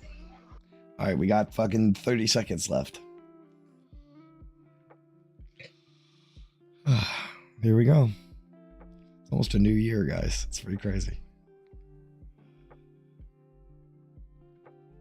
All right, here we go. 10, 9, 8, 7, 6, 5, 4, 3, 2, 1. Happy New Year! Woo! Happy New Year! All right. Happy New Year, guys. Happy New Year. Thank you so much for joining me on this little New Year foray. I want to say this is our most successful ever live stream. Yeah. Seriously, Yeah. this was my most successful ever live stream. I had 12 concurrent viewers for almost the whole thing. Yeah. Well, I've seen double digits in some of the other live streams. Nah, not this many. This is great. Eastern Coasters. Yeah, that's us. Awesome. Yeah, Zach still has 1 hour to go. Yeah, the boys in the server were already like 4 hours ago. We're like, Happy New Year, Happy New all Year. in the UK and stuff. Yeah. Oh, man. All right, well, that was fantastic. Do you guys want to do one more talking point before we go for tonight? I was basically going till midnight, and then that was me. That's all I had. We did all my games and stuff, so I prepped just enough content. Go me. The dungeon master in me was like, this is all. Yeah, I'm fun with rolling it out. All right. I got one. You have a topic? I do, yeah. Okay. Kind of just like a, I don't know, ramble about D&D stuff, but Okay. You get to make any single spell, be whatever level you want, can do whatever you want. Don't really care about the finer details of stuff like that. Right. What is the spell and what does it do? For the game. Yes. You can create any spell you want. That's a good question.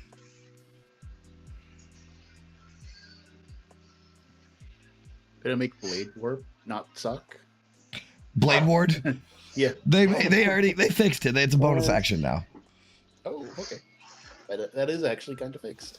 Let me think. That requires some thinking. You know, what's something that I like is an issue? This is like inventing, right? Like you find a problem and then solve it. So what's like a problem with the game?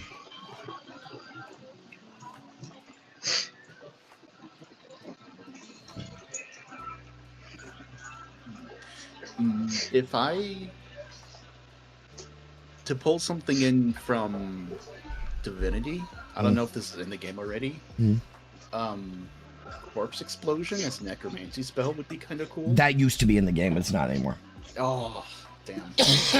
Yeah, like sticks to snakes and stuff. Yeah. Corpse Explosion used to be in the game. That would be cool. That's a necromancy. Yeah, that'd be sick.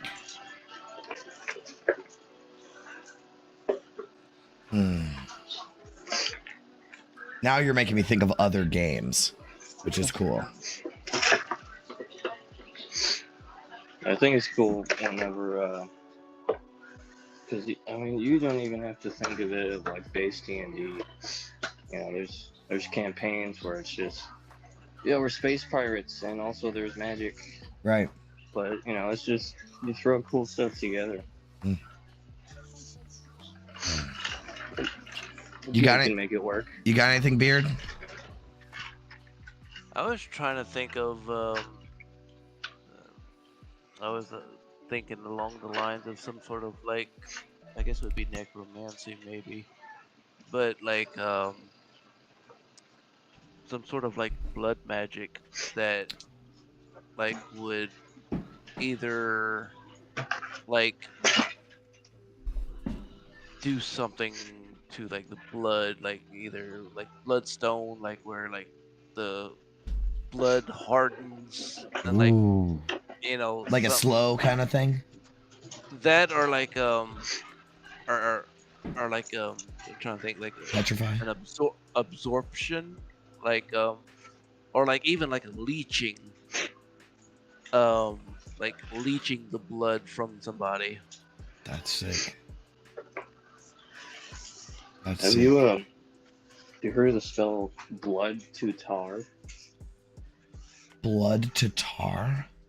Yes. No. Oh, that's awful. It is like tartar. Basically, it is a hemorrhage spell, so it gets more powerful if the user is bleeding. But if the enemy is bleeding, and there's a visible open wound, you can cast blood to tar, which sets their blood on fire, and also thickens it so they have slower movement. Yeah. So it is really a vicious spell. Never heard of it, but yeah, that's something somewhat along the lines of what I was thinking. Yeah, I'll have to. I made a big long list of every spell from base D&D and a couple other spin-offs where I just organized all the spells. I'll have to send that to everyone. Yeah. Yeah, because I got some instances where they may have some encounters with some blood magic. I've thought of my idea. I want what you got? The processes of becoming a lich to be of an incredibly high level spell. So that you can or like a temporary thing where you can temporarily become a lich. Like lock your soul away and then you could be a lich for like a day or whatever. You know what I mean? Mm-hmm. Oh, that'd be cool. That's what I would want. Basically something like Second Life, where you can lock your soul away, and then if you die, you basically have to have like a second body ready. Well, that's like the clone spell. The clone spell works like that too. Oh, is it? Yeah. The clone spell works like that, where you have a clone, but it can't be alive unless you put your soul into it. Oh.